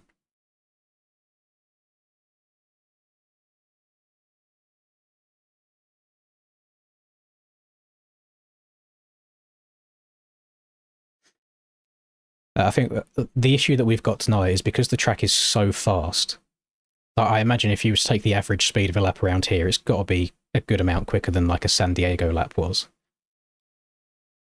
Again, because of the netcode of the game, if I'm here and someone's in front of me and they want to quickly go to an inside, the delay in them doing that and it appearing on my screen, it's so last second that instead of them like turning smoothly like this on my screen, it'll look like that, like a quick jolt.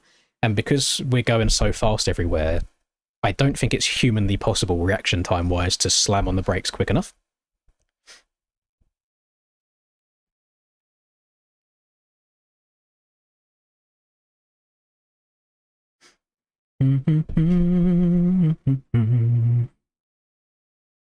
Yeah, not sure what's going on with the LCQs. Maybe they had to reset the server. Maybe something happened.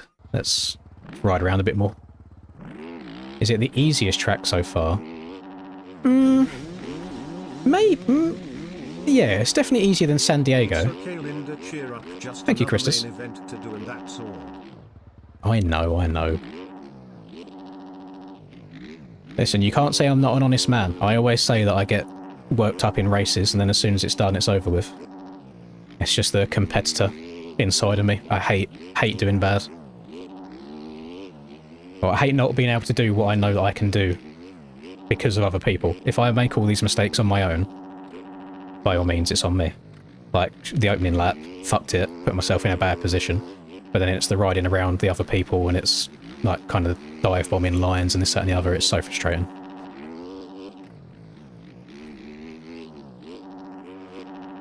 It's like me and Eggshit had a good, like, 3 corners, side by side, taking different lines of each other, and it was fun. So it's still doable. Still very doable. Thank you again. By the way, Christers. Love you as always. Oh, that's a good question. Tomorrow night, do we think that Big Eli Big Mac gets the free-peat? So here's my thing with Eli. Eli's always obviously been insanely fast, regardless of what bike he's on. But his starts are never amazingly consistent. And I know it's only been 2 rounds, but he's had very, very good starts on that KTM so far. So if he can keep getting out the gate consistently well, I don't see any reason why he can't free-pit. But here's another way of looking at it. Every single race in the last 2 years that Rusper has been working nights so he can't watch the racing with us, Hunter has had a good result. And guess who's not going to be watching the race tomorrow? And guess who didn't watch the race with us live last week? And who had a good result last week? So, there is also a universe where Hunter gets his first win.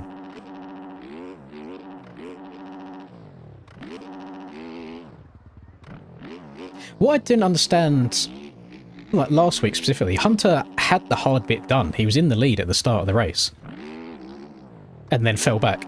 And then got a second win later on. I don't know if it's like he's just better when the track gets harder, or if he takes a bit of time to find his flow and then he picks up the speed.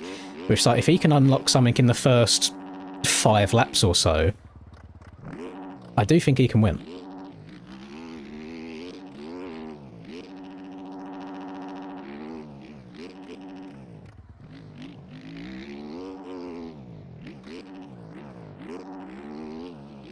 It was quite funny watching that back and seeing Tomac do like the double take over his shoulder.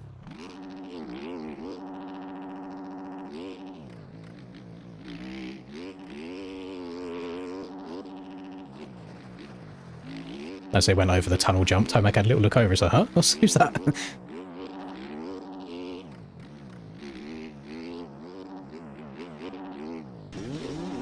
Thank you, Item. Which is your favourite track of all time? What would you say is your favourite track of all time? Also, Eli's now referred to as Reaper Doc's dad.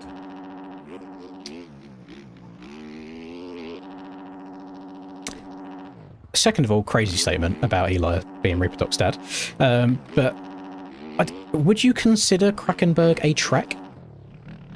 Because in terms of the track I've spent the most amount of time on this game, it's easily Krakenberg, like in terms of a cumulative time. There's not many tracks that come out that I will play for more than 2 hours total ever, like over the course of the game's lifespan. Because if Krakenberg counts, then 100% Krakenberg. Like, you guys know how many hours I've spent circling around that place. Oh, look at that. Perfect timing. Perfect timing. Listen, if it counts, then Krakenberg. Zaragoza, Jesse, and Ollie Roy. We're gonna go to the inside this time. Ken's always been insane on the first lap, though, hasn't he? I don't know how he manages to dart his way around people so well. Right. Is everybody... Oh, no. Okay, there's one Husky. Neon going down in turn 1. What's his respawn looking like? Not good. Are our servers getting, like... Are our servers getting DDoSed again? What's going on there?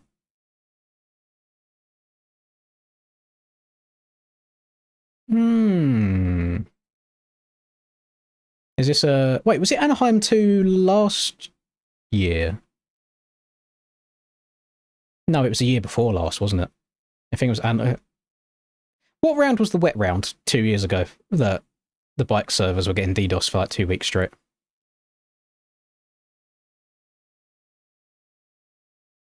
I think if they were DDoSing the servers, it would have happened before the LCQ.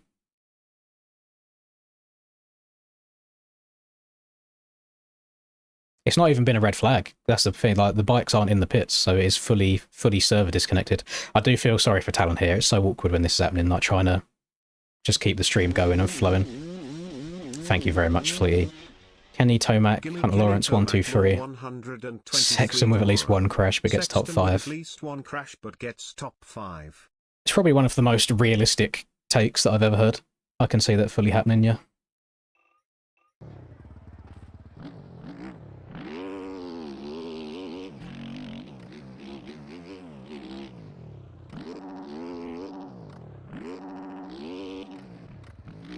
DDoS is basically people usually buying a service, but sending so much data to the servers that it basically crashes the servers.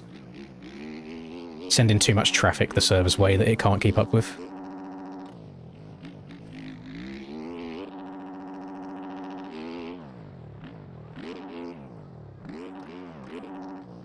It happened in the past. It wasn't the only reason for it, but basically one of the rounds of aerial supercross was going to be wet because it was wet in real life, and a bunch of the, let's say, young American folk decided that they didn't like that, and they was going to hit the servers offline for like 2 weeks straight so nobody could race. They also had a big dislike of Nico at the time, which obviously doesn't help things, but I think the wet race was partly because of it. I was like, oh, fuck this. Thought we was over that.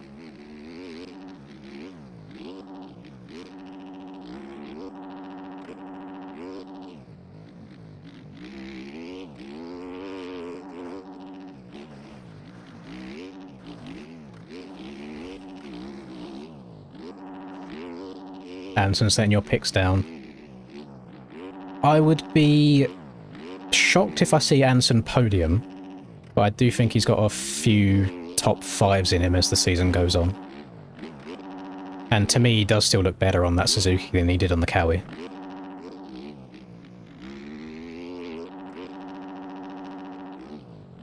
Why would people DDoS an MX bike server? You tell me. You tell me. It's the same people that when you ask why, they'll just say, oh, I don't care. But it's like, you obviously do care. You care enough to ruin a few hundred other people's nights.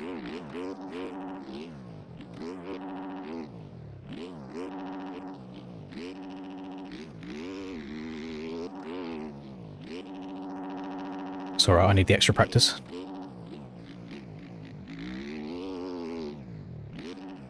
It might be a bit of a blessing in disguise if we can't race tonight. Can go back to the drawing board. The issue is if you don't get to race this tonight, they either chalk the round completely or they have to run it tomorrow, because you can't allow people to have multiple weeks of practice on the rough version of the track. In my opinion anyway. I have no idea.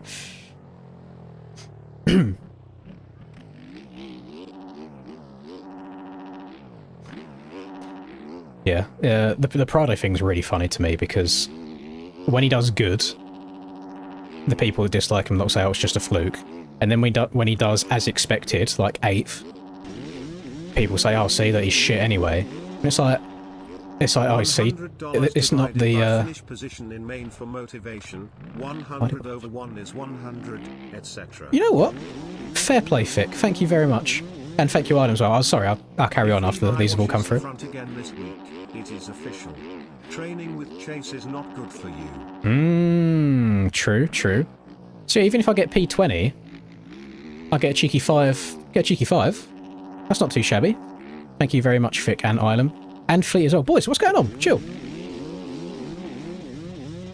No, I haven't watched... did he upload a video on it? 5cc experience made Cole Davis look like a saint. I didn't see it, but from what people have said, my race actually went a lot better than his in terms of being taken out. Right. What was I saying? Oh yeah, people were coping when Prado got 3rd, saying, oh, it's because of the black flag. Well, no, because of the red flag, it's just because he gets good starts. And then when he finishes where you expect him to finish, like 8th to 10th, they're like, oh, see, Chase Sexton, it's not the bike. See, Sexton done well on the Cowie. And it's like, Chase Sexton has 120 plus Supercross starts. Prado has 6. Cut the man some slack. Like, surely... surely the guy's allowed a little bit of wiggle room just to make it through a Supercross season healthy.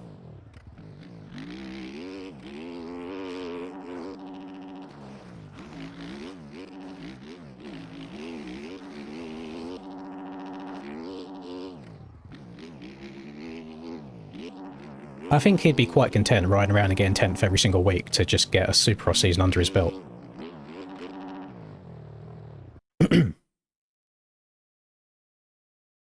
We're going again, right. Third time, technically fourth time's charm, because the first one was red flagged, so we've had 2 and then 1 and then we'll go again. Let's see if it goes to shit for another time.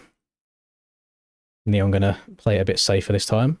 Still going down at the start. I don't know how we survived that, but I've just done like a 360 no scope TP7 roll, or TP199 roll, whatever it's called, TP roll, and still survived. So, timing needs to update because Neon is definitely not in first. There we go. So, the man out of Finland, we have got Yoku Simalainen in P1. We have then got everyone's favourite month of the year. It is January, the Troy Jan, in P number 2, looking good to go through to the main event here. We have got the OAP Frenchman, the man that rides bikes nobody else wants to ride. We have got Logan in P3. Logan DePatty, that is, in P3. And then we have got Mr. Callum Evans in P4 on that Moto Academy ride, getting sent to the LCQ, partly because of his cuts, partly because Linz doesn't know how to make a clean pass on people. We've then got Ollie Roy on the Black Rifle No Fear team, which was formerly Charged Cycle Works, in P5. We got Neon trying to be like the trailer park girl, was going around the outside, but he slides back up the inside of him, and he's going to get this triple out of the corner from the inside. He does, he gets it clean as well. Thank you very much, Honda. That is a motherfucking husky that you see on the track, which is actually rare because Logan's usually a big Triumph enjoyer. As Yoku's going to make some mistakes, he's going to go from first all the way back down to fourth in one rhythm section, so he's going to be in trouble. Neon looking for a way around Lee. He does not... I don't understand why people are trying to hit these ridiculously big lines next to people. Just check up and step on. Check up and step on. So Neon not looking... That was an interesting track for entry. I was getting scared for Dizzle then. I thought he was about to get cross-jumped. Old man Dizzle. I actually kind of want to watch this, by the way. Like, I've not played a single Silent Hill game, but I've watched one Silent Hill movie with, like, what's her name? Laurie Holden in it as the policewoman. I kind of want to watch this. 2 minutes of ads! Jesus Christ! I don't want to get copyrighted by showing this on stream. We've got a Raid Shadow Legends ad now.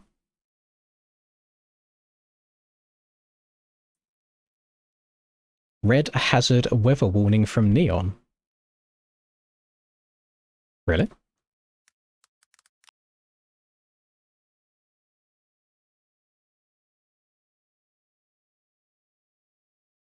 I've just had a look at the weather for me. Next week, it's saying light snow. But it also says rain at the same time. And usually whenever we do get snow, the rain just washes it away anyway. Can I... Oh, I can do the Opera GX scumbag cheese. Hang on. We can pop the window out. You can't change the resolution of it, so it's going to look like watching Play-Doh. There we go. No ads for me. Oh, look at that. We can count the pixels. But we've got the Jan in P1 with a cheeky little 3-second lead over Callum. We've then got Logan and Yoku rounding out that top 4. Tero is making his way through the pack. He's in P5, only 1.3 seconds. How much time we got left on this? 48 seconds still. We'll watch it in Minecraft quality. Thank you, Gavin. It's still a little bit thinner than I would like. But I suppose when it grows through loads anyway, you can get away with it. I just shaved it again recently just because I had too much hair and I couldn't be bothered going to get it cut properly. Now,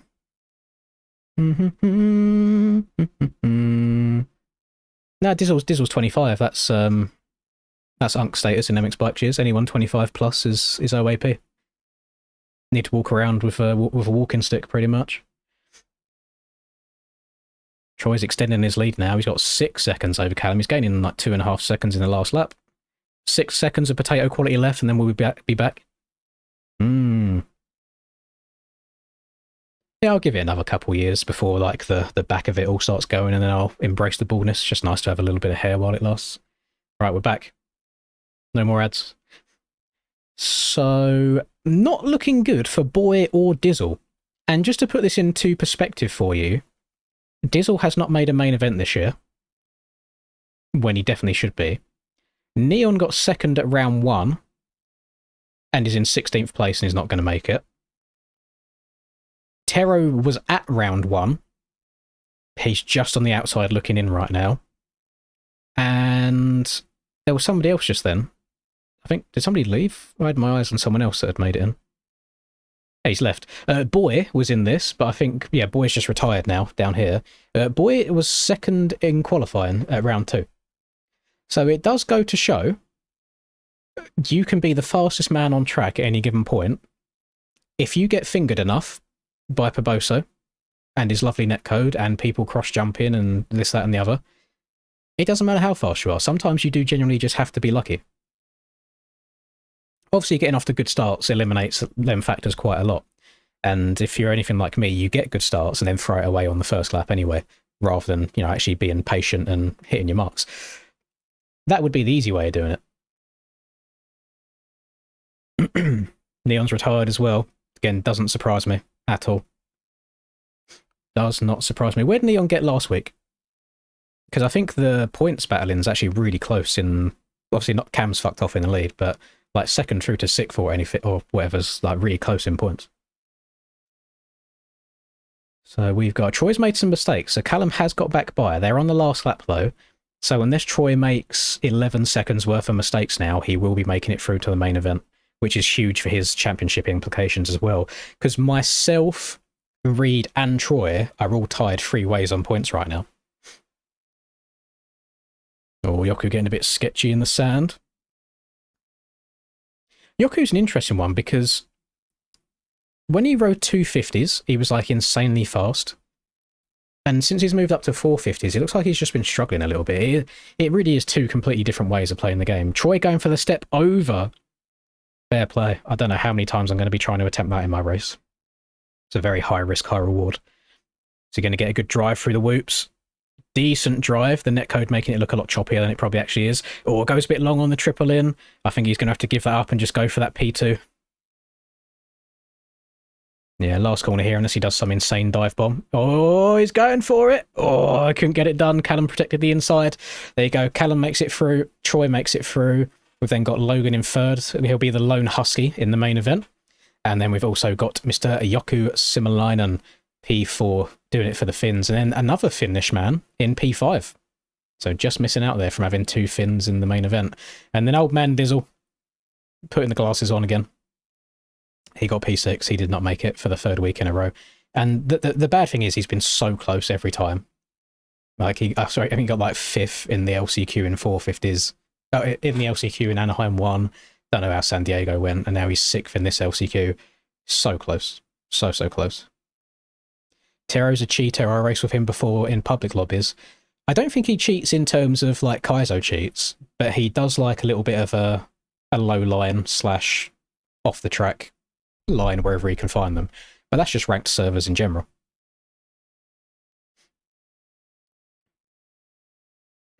Aiden's definitely lurking. He might be grinding. Like, this could be Aiden's night.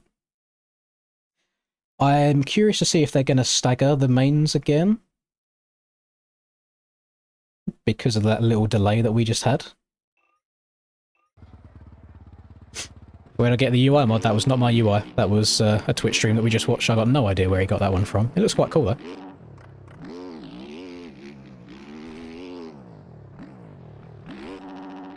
Do we see Aiden's first ever aerial win tonight? What do we reckon? Rather listen to me than RC. Hey, I'm just as guilty of stuttering and messing up my words. I'm pretty bad for it. I'm not anywhere near as bad as I used to be. I used to have to, like, stop mid-sentence and then restart again. Just get tongue-twisted. Trying to say too much at once.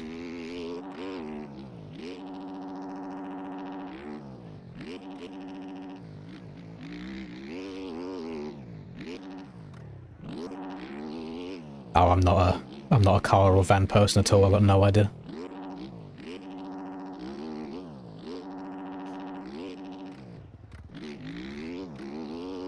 Isn't Weege replacing Diffie for a while now? I'm a big Weege enjoyer. I do like Jason.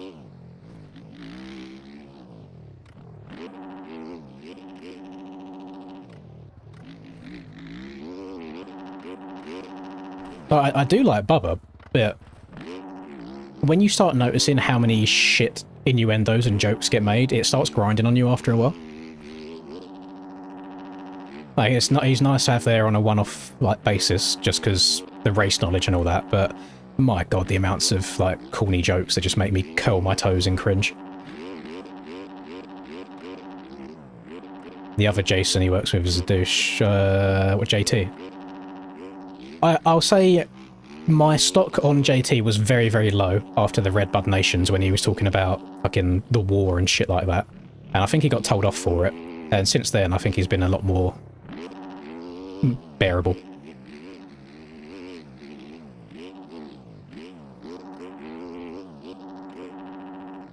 The main's up. Hang on, let me see if they're actually going to start them at the same time. No, they're not. Okay, so we got 250 main event first, and then the 451 will be the. Oh, so I'll join it in like 10 minutes. You know who I really enjoyed listening to commentate, who I wish he would do more now that he's fully retired, is old Jeremy Martin. When he commentated that 1 year at Millville, I thought he was great.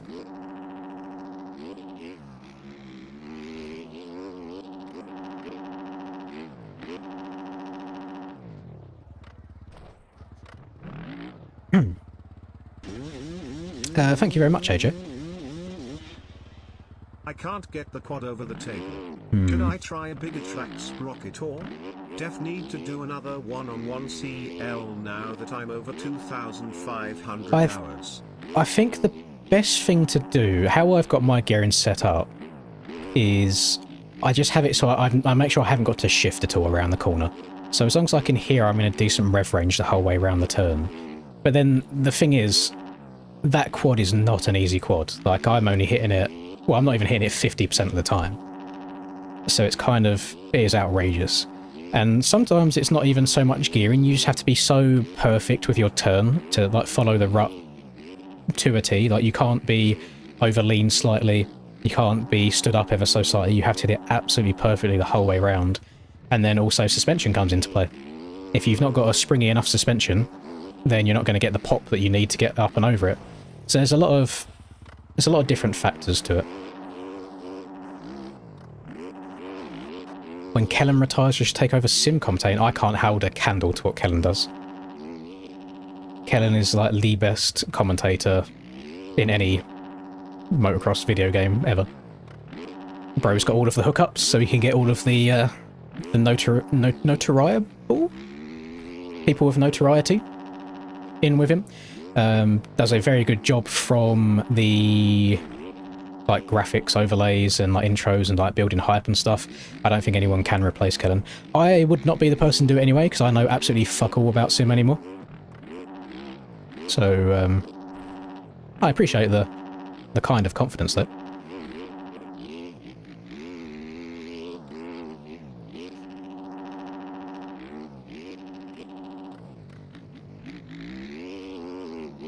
Play more sim? I mean, should I play some sim now? Just load up MX Simulator. Why not?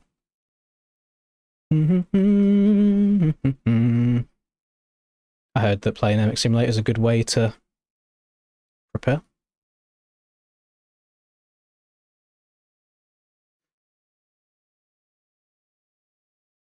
I was going to do it as a laugh, but thinking about it now, I'll probably just mess myself up. Let's join the 450 main.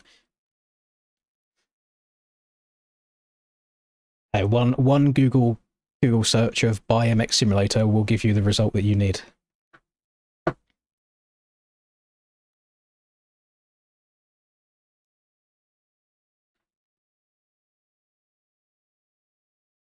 We gotta wait for the 250 main event first.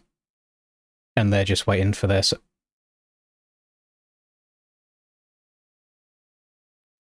This guy cheats, by the way.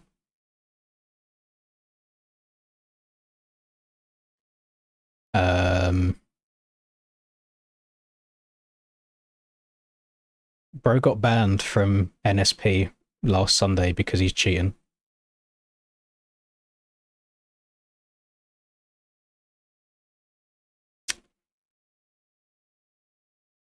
Interesting.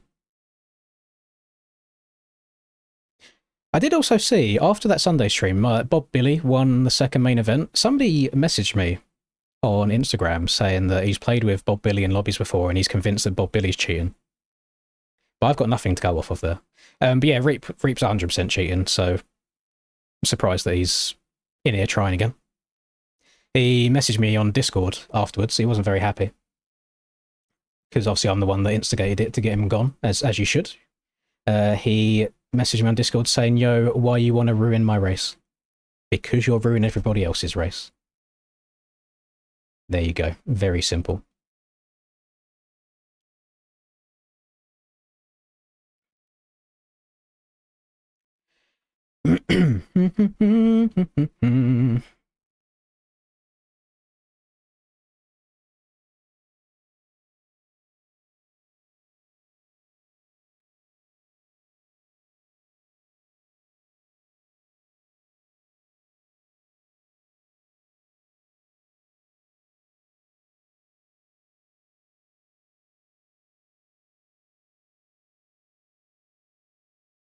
Oh, hang on, we got a bit of a neon POV. Yeah, that's crazy. I mean, the landing was sick, but there is nothing Neon could do about that. That is pure MX Bikes ping at its finest. W cross jump from Leo. When am I at Moto 101? I don't know. I say I don't store and take my own bike anywhere. I've not got anywhere to store it, and I don't have a van to take it. So just anywhere the AJP boys go riding. But Moto 101 for the AJP boys is like 3.5 hour drive. So yeah, probably not going to happen anytime soon.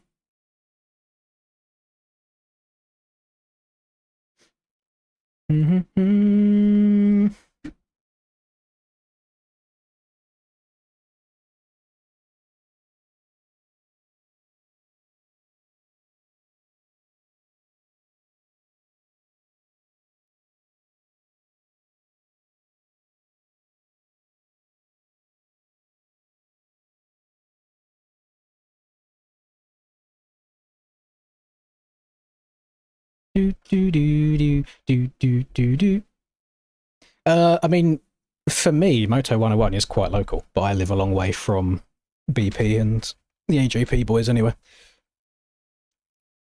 I think my most local track is probably Fat Cats. In terms of like somewhat well-known tracks. It's like an hour away, something like that. Reaper tries qualifying for the American series, Caleb, so he wouldn't be in this one. So Reaper's time will be in 3 hours and 20 minutes. I am not going to disclose my location, Freddie.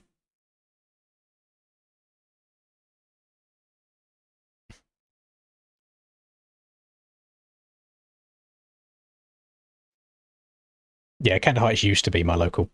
Used to. When I lived with the fam.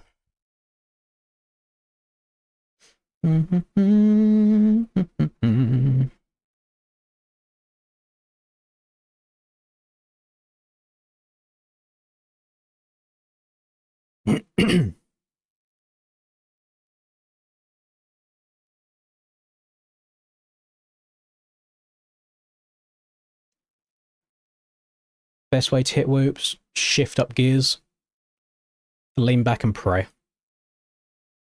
Pretty much.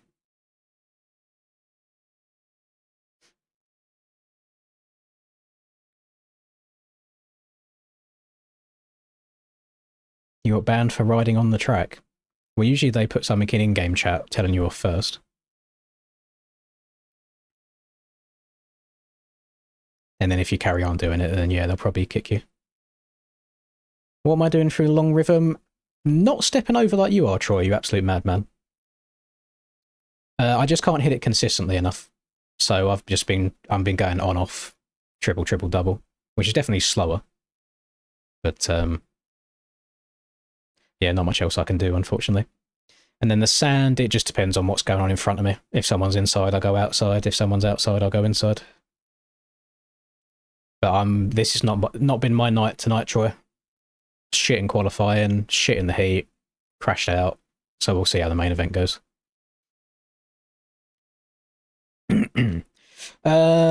Yes, there is a chance that I am going to watch Hawkstone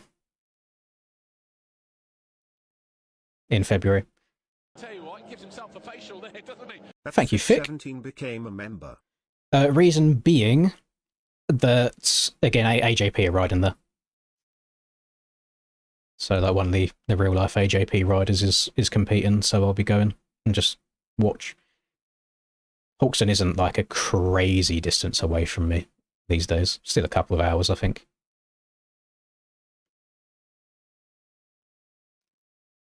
Yeah, basically motocross in the East Kent region just doesn't really exist anymore unless you're doing schoolboy stuff, but then still you do have to travel a decent bit for it. I mean, motocross in the UK in general is pretty much chalked. There isn't that much you can do.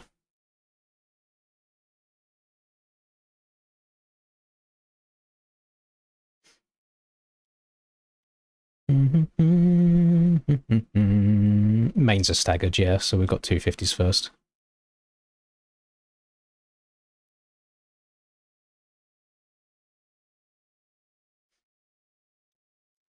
Well, I only rode Hawkstone once, and that was last year, and it absolutely whooped my arse from how physically demanding it is, so I spent most of the races just chilling at the back up on the pegs, just trying to get around the track.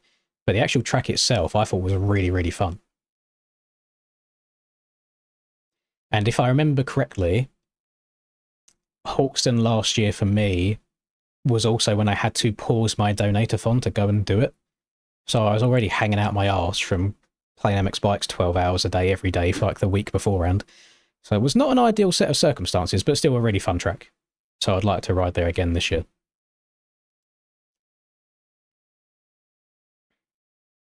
Can I compare Fat Cat's practice to Hawkstone? No, because I've never ridden Fat Cat's practice track. I've only ridden the main track.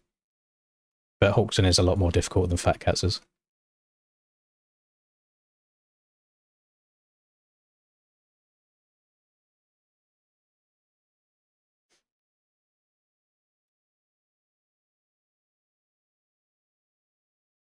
Oh. Woodland getting down horrendous. We've got Mr. Fuck Cancer, aka is it Nico? I think his name's Nico. Oh, he's fuming. Surely not again.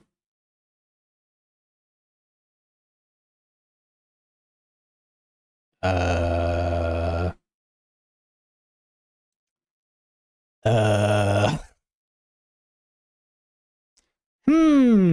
me double check, make sure nothing's going on there. No, it's fine. All good.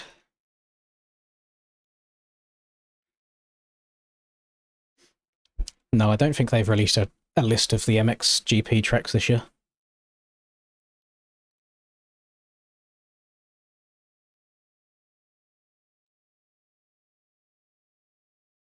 The only intel I do have is that it's B-Clay on it again, which makes me very, very excited. Living an hour away from Dade City. Thank you, Steez. Tracks weren't an issue, lol. No, I am jealous of the people who have multiple like local tracks within a couple of hours of them. But I feel like it might just be the whole of Europe, to be fair, that's kind of lacking in the track side of things. I think actually Spain might have a good amount of tracks, like close-ish together.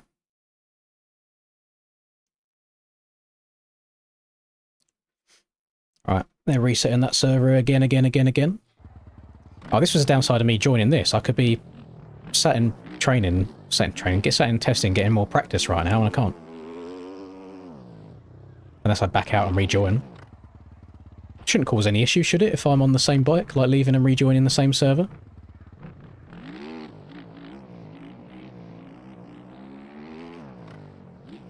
AJ has, well, without airing all of his information, because I'm sure he doesn't want me to do so, but AJ did approach me before into some kind of deal to work together, but I just messaged him back saying, like, I don't know if I'm 110% sure or confident about promoting like all of the crypto stuff when my audience is so young.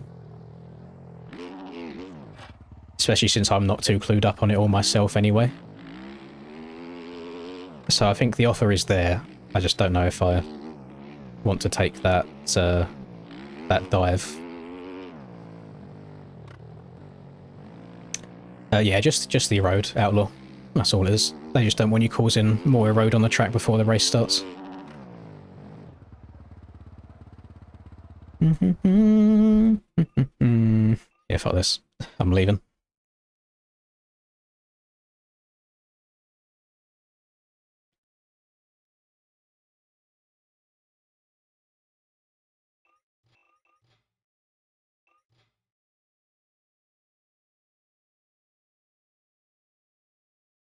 I do not see it going well, I'll be honest, Honda. From the couple of times that I have been to watch at Fox Hills, it is so insanely one-lined. I don't know how a GP is going to work there.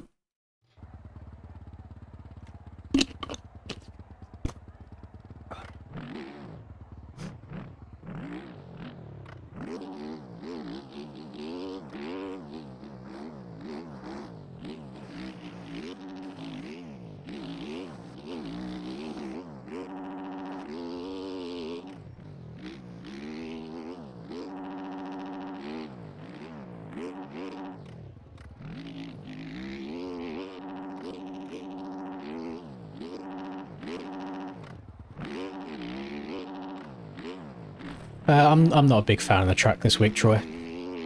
I think this track does an even worse job of showcasing just how big the scaling is. Actually, I suppose good job of showcasing how big the scaling is. I think everything's just massive. Oh, it's ridiculous. It's because the track itself is so simple as well. Everything's like super, super fast. Like what we was doing yesterday. Oh, I would love, love for Ariel to go down that kind of route. But I do not see a world where that happens.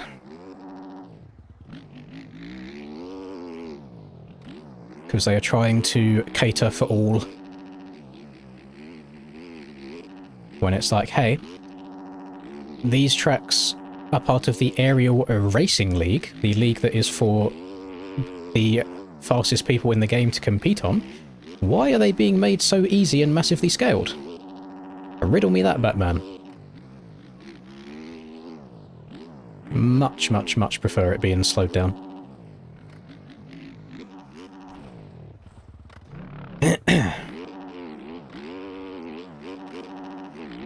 It's just I haven't had a look yet. I'd love to know what the average speed around the track is on a lap.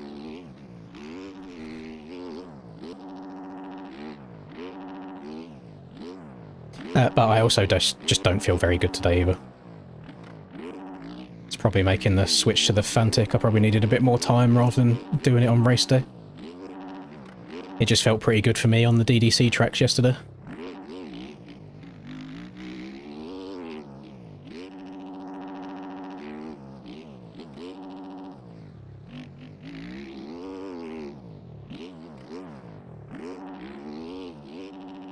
If there's any mods in the chat, can we time out Freddy for 5 minutes? Because that's the second time he's used the 6-7 joke in like 10 minutes. Thank you. Oh, I fucking hate it. What's wrong with the youth? What's wrong with you?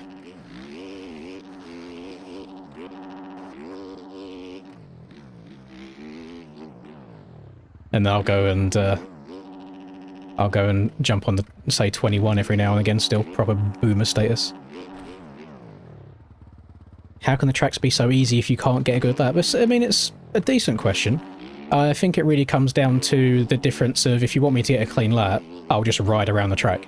The difference is I'm trying to go super, super fast. And that's where mistakes happen. Whereas just to play the track and ride the track, very, very straightforwards.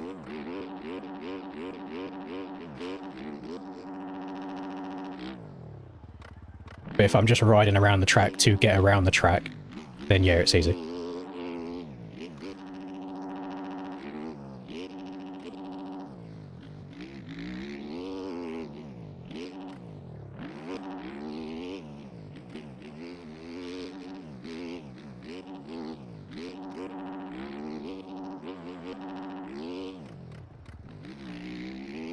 I am calling it now. After the statement I've just made, I might get 6th or 7th in the racing today. Just because it knows that it's going to pain me so much. I mean, look, if I'm just riding around the track like I am now, rather than trying to full send everywhere because it's so quick, really, really easy. Like, really straightforwards.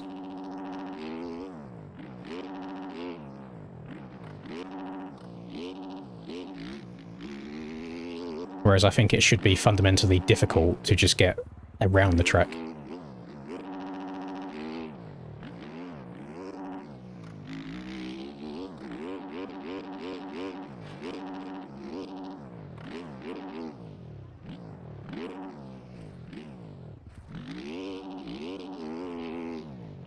Troy, if you're still in here, I saw you doing that inside there a lot during your LCQ. Are you doing that every single lap? Do you find that you like lose any time for it? Because it is tempting.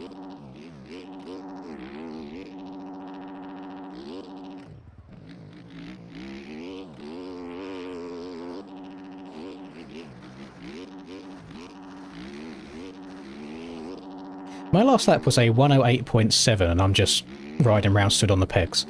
So that kind of shows you how shit my qualifying lap was. These are not laps I'm trying to send it, I'm just riding.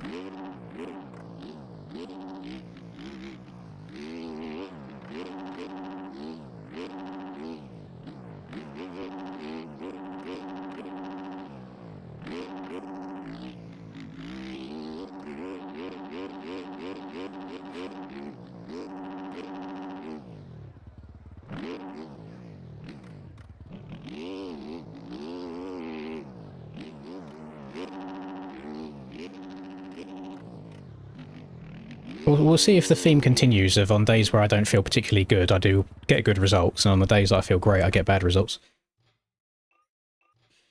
I didn't even know Smokester had a series on Sunday.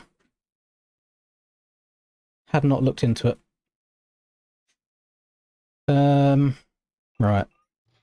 How long ago was that? 8 minutes ago, he said 250 main was back up. On type. Let's go back into here. Oh, race has started. Oh, no, it hasn't. Never mind.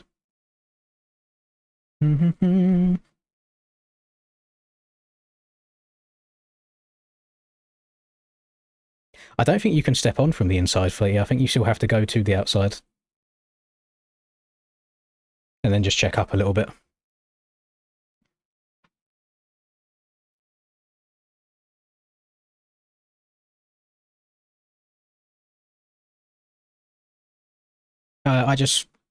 I fancied something different for this round, which is why I switched from KTM to Fantic, but also you can see how fast the track is, and the KTM is just a slower bike than the Yamaha and the Fantic is. Tell you what, he gives himself a facial there, doesn't he? At lower sense time became a member. Thank you very much for becoming a pro member as well. Absolute W's. Jesus, we don't get many pro members these days. Yeah, what Anders said is true. The difficulty and the crashes that you'll see on these tracks is from the speed the tracks enable you to go. Like, trying to keep that speed for 20 minutes is hard to do. But the track itself is fundamentally not a hard track. It's no different than if you're trying to set a world record lap on Forest. Every single lap you will crash because you're trying to go that fast.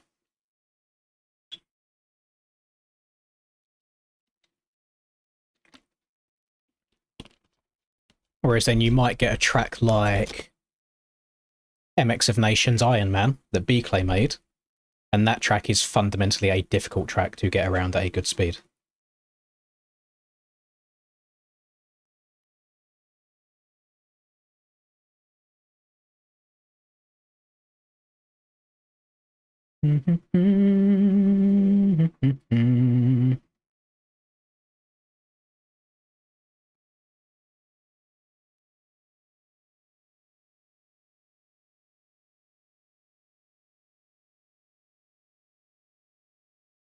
Right, 250 main up again.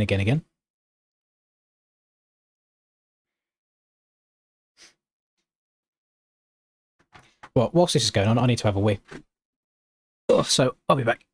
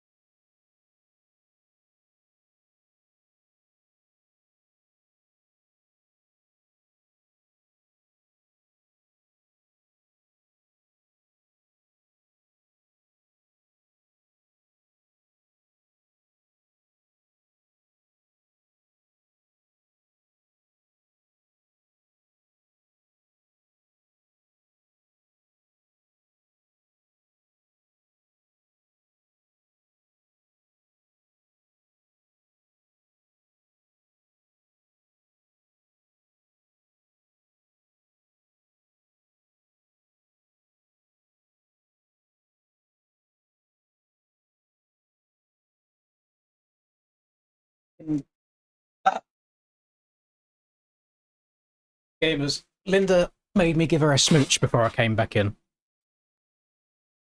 And she tasted chicken casserole because that's what she had for dinner. Crazy work. What's going on with the racing today, gamers?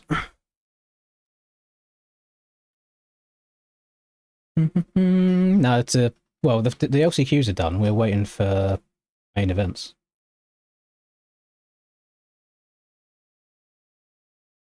Just waiting for main events.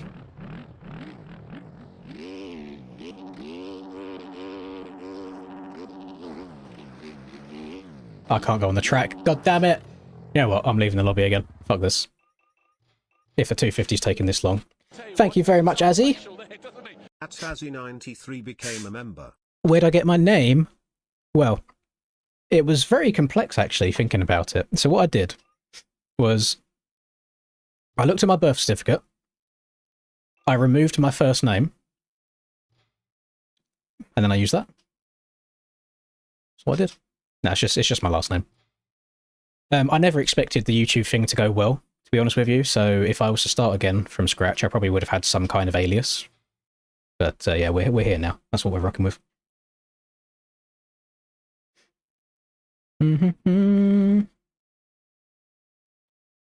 Listen, Wills, I think most disabled people that are into motorsports have the nickname Wills.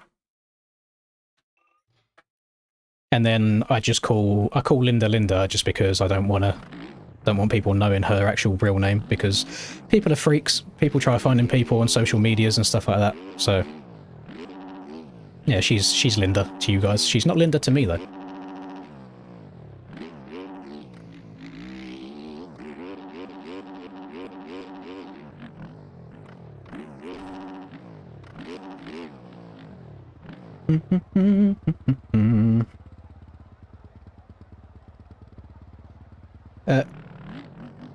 Troy, I still don't believe that I have yet seen you post a activity on Strava when you said you was going to. I'll tell you, what am I following you for?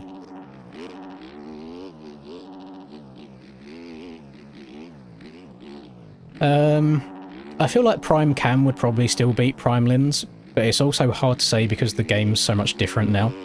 Like, Prime Lins was when you was just riding on ice everywhere. There was just zero traction at all everywhere, and the bikes were hella wonky. So that kind of suited me because everything was a lot slower. And now, like, the bikes are bulletproof, the tracks are really fast, like, Cam's really, really good at going really, really fast.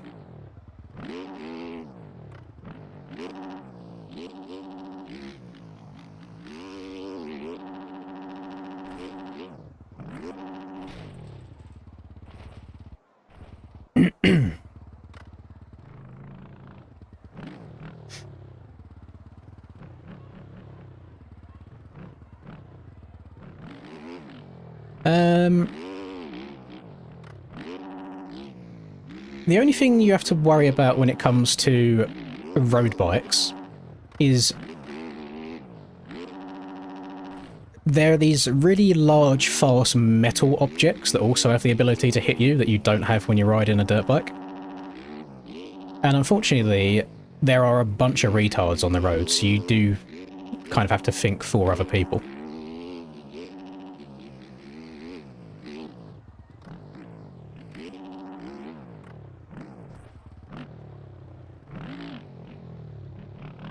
Tracks in 2024, they weren't as fast, they were smaller scaling, they had some ruts and bumps added to the difficulty. I think it's just how large everything is on this. Like, it's so wide. Like, I mean, the size of the finish jump and the triple. So here's another thing to put into perspective for you. Because of the scaling we have in-game and how big the track's been made, in-game here we have a huge Supercross triple into a double. In real life, this rhythm section is not long enough to accommodate the Supercross triples. They've had to turn it into a double-double rather than Supercross triple-double. There's just not enough room on the straight. Thank you very much, Savage. Well, I'm on a Fantic rider. This is genuine Fantic action.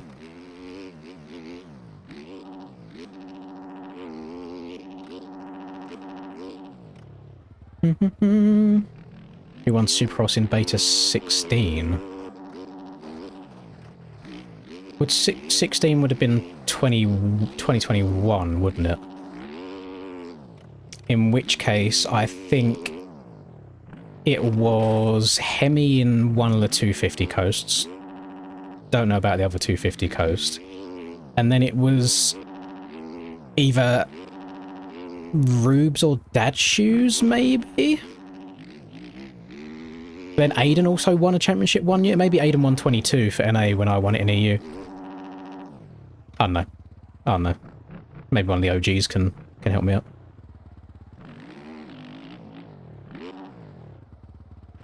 No, Hose won in 23.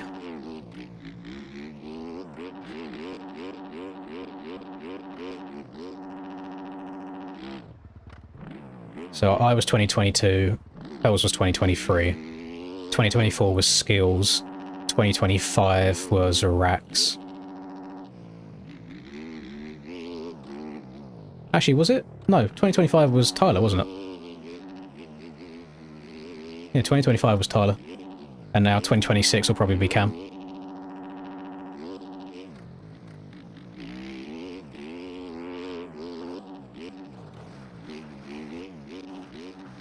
Oh yeah, completely forgot about Hub Chat.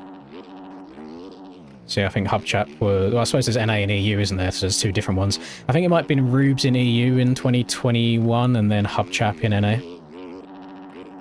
And then I don't know about, like, 2020.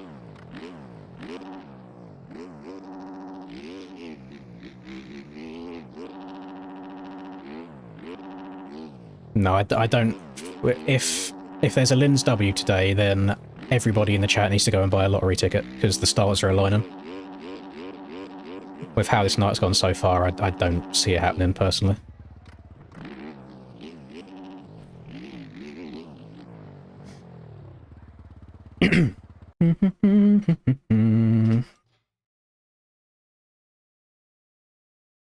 Alright, how we doing? Oh, they are racing. I've got 10 minutes left. Okay, let me quickly hop into the 450 server and we'll watch the rest of that 250 main. I only got 6th in the heat, so I'm not going to have a very good gate drop. Yeah, Ryder won one of the 250 classes. I'll be honest, I don't keep up with the 250 stuff too much. I do think that the 450 stuff's more important.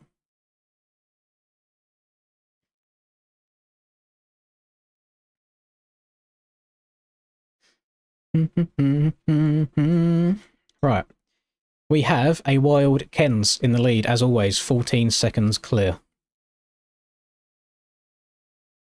Now, Kens is obviously insanely fast this game, and by the looks of it, he's going to have an undefeated 250 season. I watched his race video of San Diego, and it looks like he's just riding the track. Does that make sense? Like, it looks like he's just riding the track and just being consistent. It's not like insane heater after insane heater after insane heater. Like, you can see other people being able to do that. I don't think it's particularly stacked. But one thing that's helping him a lot is getting good starts all the time. Because one thing I do know about the 250 class from previous experience, they're not all the smartest of riders. So you can get caught in hell if you don't get a good start. Dizzle gifted me a sub on stream. What, on this one?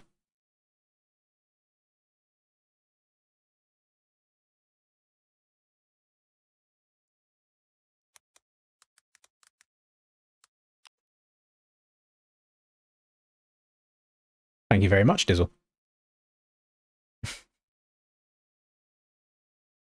Dizzle's gifting all the subs.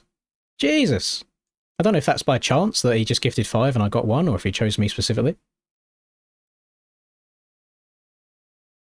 Surely not.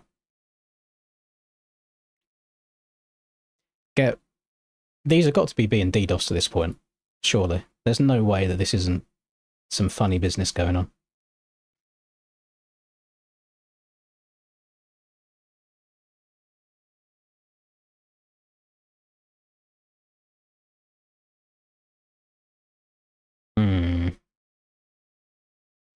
Row Raggy. Not good.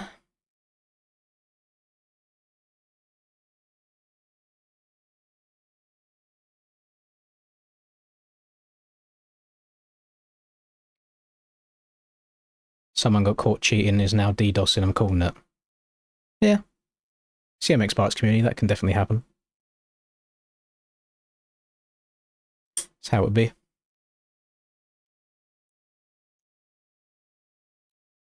Yeah, Finn's retired. Finn's doing real life. Oh, shit. There's COD games on today and I haven't put any bets on. Wait. If I haven't got any money in my account, then I'm not going to. But if there's money on the website, then I will. I think they've already started, though. I think I'm screwed. Yeah, I got nothing in the account. Lost it all. Right. Don't worry about that then.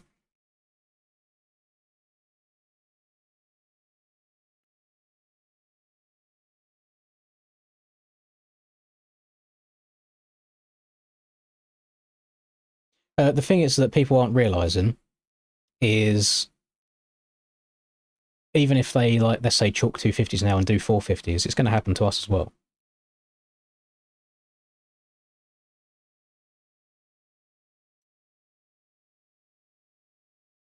Like, it will just happen to the 450 server too.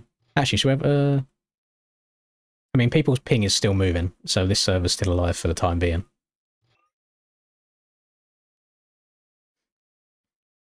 And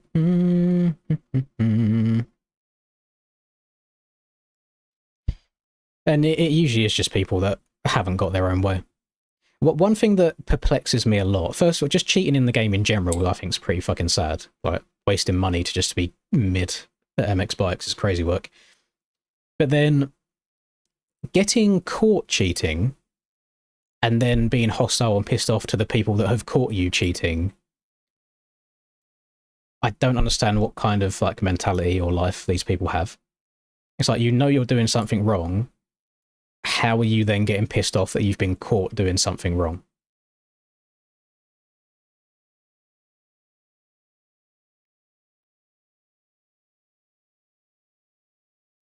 Because it usually is just people being salty after they've been caught doing something wrong.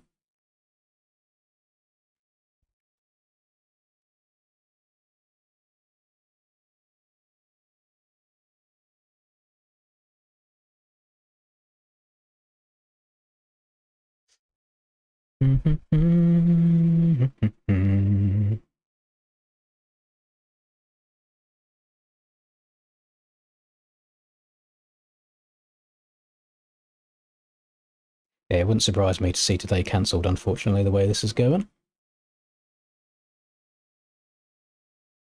I say we just chalk the championships now. We give Cam 450s, we give Ken's 250s, and then we just take it outdoors. Feel like that's good way of going.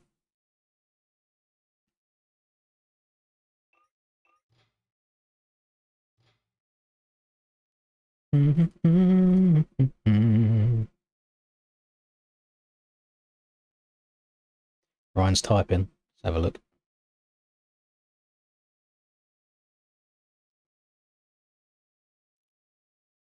Race day announcements.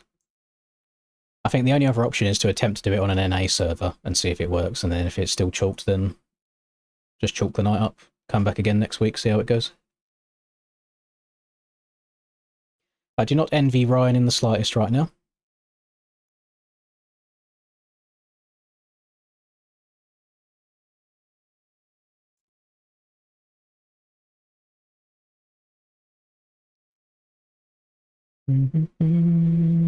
Give me oil in my lamp, keep me burning. Put some oil in my lamp, I pray.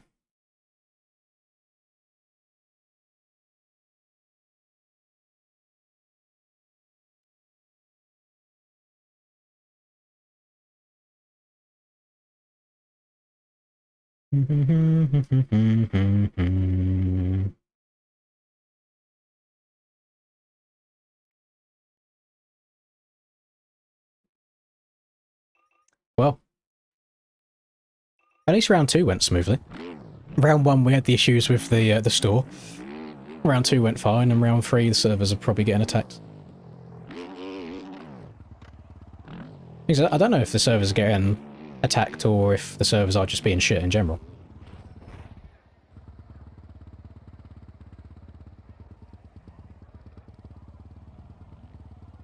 Chase has very orange ping. I think Chase might be from NA though. I'm just trying to see if I can use that as a guide. Like, if everyone's got bad ping together, then maybe the servers are just pooing themselves.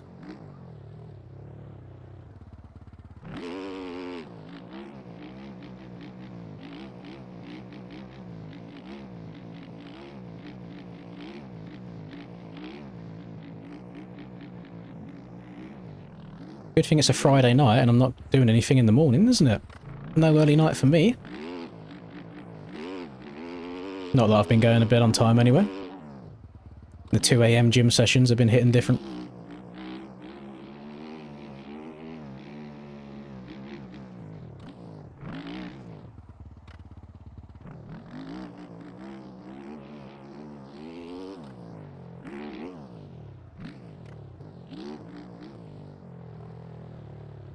$250's got postponed. 250 and 450 mains postponed due to several DDoS attacks tonight. Both main events are being postponed.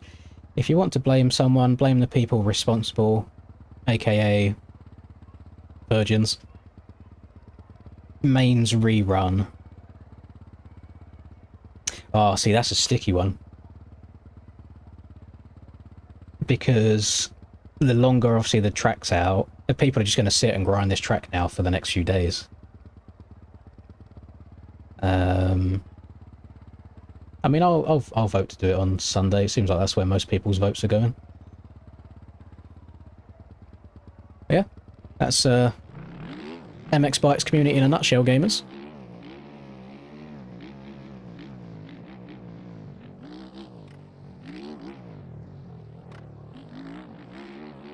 MX Bikes be like. Well, I'm right on the track now. Fuck it. Qualifying will be locked in, yeah, so I don't think they'd re-qualify at all. It'll just be the people that are already through to the main events will just rock up and do their main event on... It's looking like Sunday, by the looks of it.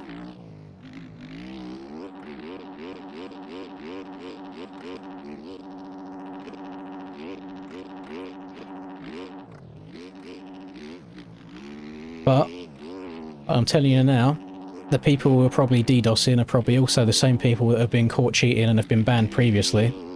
So now they're like, right, I can't get away with shit, so now nobody's allowed to play the game. And it's just the most incel behaviour. Like, I do not understand it at all.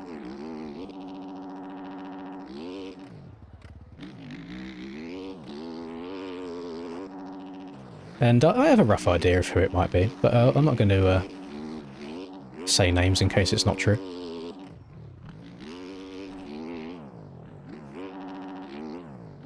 It's in Neon since he didn't make the main. Yeah, that's it. 100%. Do you know who is going to be fuming now? Mr. Aidan Pryke. Aidan's not going to be a happy man at all. First in quali, won his heat race, and now everybody else is going to have 2 days to grind the track to get up to Aidan's level.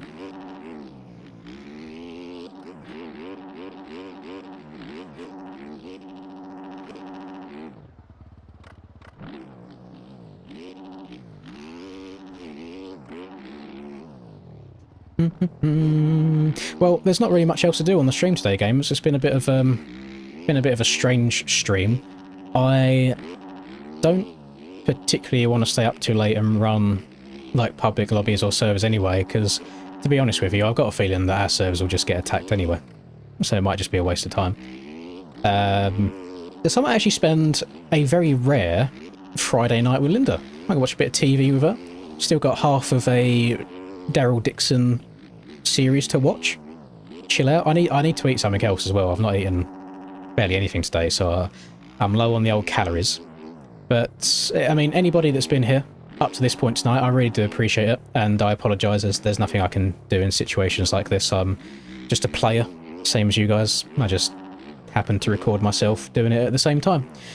So by the looks of things, it's going to get postponed until Sunday. There's no guarantee that the same thing won't happen on Sunday as well. But yeah, we'll play it by ear. So probably see you tomorrow for the 85 race, which might also get DDoS, no idea. It would surprise me if NA run. They'll probably try and run it, but it wouldn't surprise me if they get DDoS again. So we'll see. But again, thank you everyone. I really do appreciate it as always. Sorry that I could not do anything for you today. Yeah. Good night. Enjoy the rest of your evening. Oh, to answer Will's question, you can find out who the service provider is doing the DDoSing. So hang on, so before I go, give you a little bit of background. When this happened in 2024, and people were DDoSing, Nico found the servers that the traffic was coming from, contacted the providers of the servers, and those providers gave him the details of who were paying for the service. So when I say I have a rough idea of who's involved, it's usually just based on who's done it in the past. So it is findable, yes, and if you get actual names for it, then yes, it is also prosecutable. So we'll see if they're able to get away with it. If not, then, I mean, Nico's definitely the kind of person to take something to court if it needs doing, so we'll see how this all unfolds. So good night, everybody.